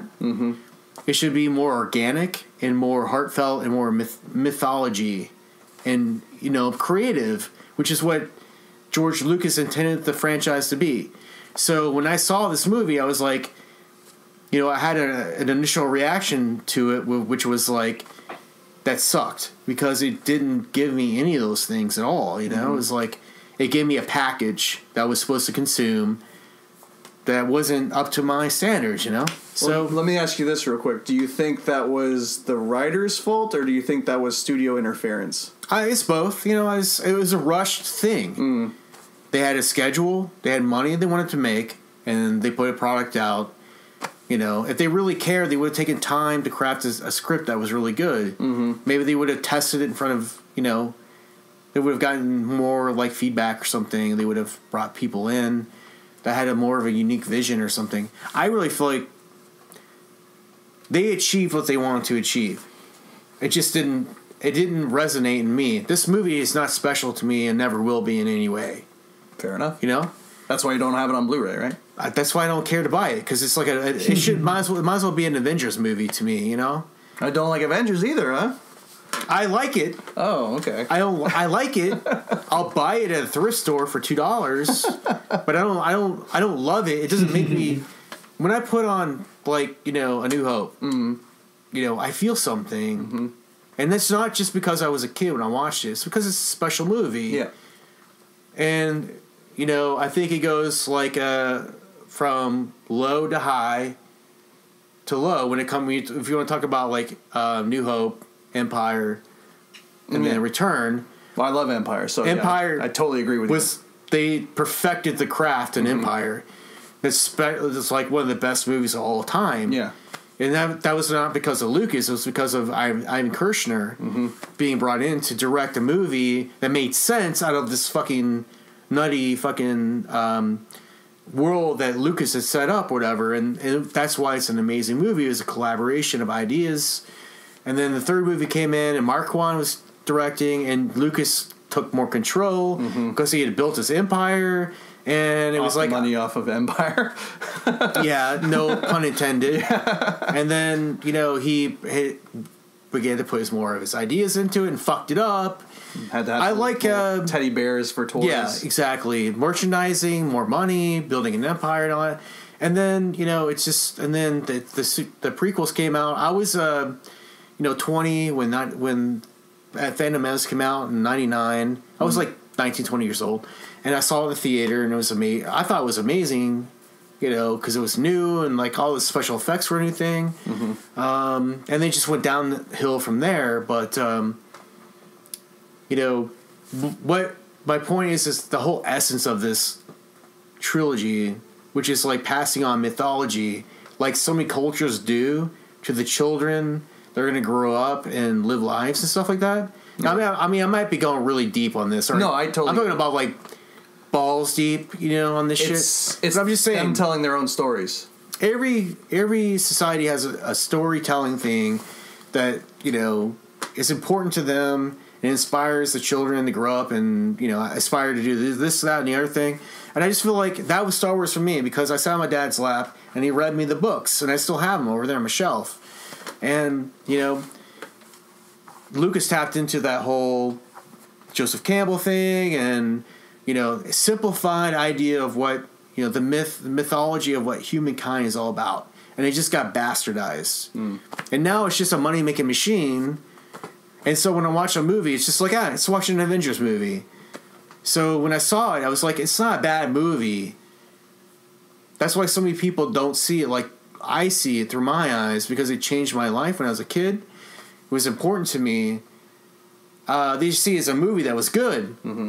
But I saw it as a movie that was a disappointment because it didn't really have a message or anything that really mattered to me. I didn't really care about anything in the movie. I didn't have a hero's journey with Luke. I'm not having a hero's journey with Rey in any way because there's no character development and there's no archetype there for me to latch on to and really give a shit about. So I would say it's a 2.5 out of 5, and that's generous, you know. That's General Grievous. That's General Grievous. But well, I get what you're coming from. I totally do, and I understand. Maybe Rian Johnson's going to bring a new thing to it, and that's all I'm holding out for, you know. And we're going to have this conversation in 3 weeks. Yeah. You, me, and Wizzel, we're going to get back together. You have to come back over here. I'm going to hold you to it. Yeah, fine. We're gonna digest all this shit. We're gonna crown a winner. Somebody's gonna get the worthless stormtrooper rather. Yeah. So so the thing is with this though is like you got to catch me on a day that I'm gonna have off because I for people who don't know me I am a manager at a Cinemark theater. So the next 2 weeks are going to be hell on earth where I work. Oh, I said 3 or 4 weeks later. Or 3 or 4 weeks. Yeah. Hopefully, it'll be down the line when the hype dies down. Hopefully, I'll be alive. Like I won't be trampled by fans or anything like that. But I've been told I'm going to be like just for the next month we're going to be totally swarmed. I'm sure, dude. I'm sure your life's going to be hell. Actually, that'll add to the whole podcast talk because it'll be interesting to hear your take on it. This time around for, you know, episode 9 or whatever. Right. Or 8 rather. But hopefully I can even get a pre-screen in there because we're the day before we put the movie out, so Wednesday night there's going to be a screening of it for the managers, so I will probably message you if I get to get on that. Yeah. It's whoever's the closing manager gets to watch it, and I'm crossing my fingers that I'm closing manager that night. Don't send me spoilers. Oh, no. But okay, well, let's wrap this up because we got to get to bed. It's almost 1 o'clock in the morning over here on the East Coast. For you, it's probably midnight, and I know you got to get up early, Wizzel. So, any last relishing thoughts of this movie or anything at all? I think we've beaten this horse to death. I think so. Yeah. I think so. All right. Yeah. Well, thanks a lot for hanging out, Brian. You came all the way down. It's about an hour drive from on high. Yeah, to hang out with me. It's really great seeing you, Wizzel. I just want to say this has been a really great experience doing this with the both of you guys, and I've enjoyed this quite a bit. So thank you guys. Oh yeah. With the birds that be flying in the sky, I love the feeling now. I'll fall then I will die, so I push a little further to see if I can try. I will I make it big. I know I'm looking fly. Yeah, motherfucker, my barrel's around the sounds that I spit and the minds of the enemies I continue to split. I'll bust your fucking toilet as I'm pushing out my shit. I'll rape a fucking bitch and stick my tongue up in her clit. It's yours to find. It's all you've ever done. You're falling now. You're falling.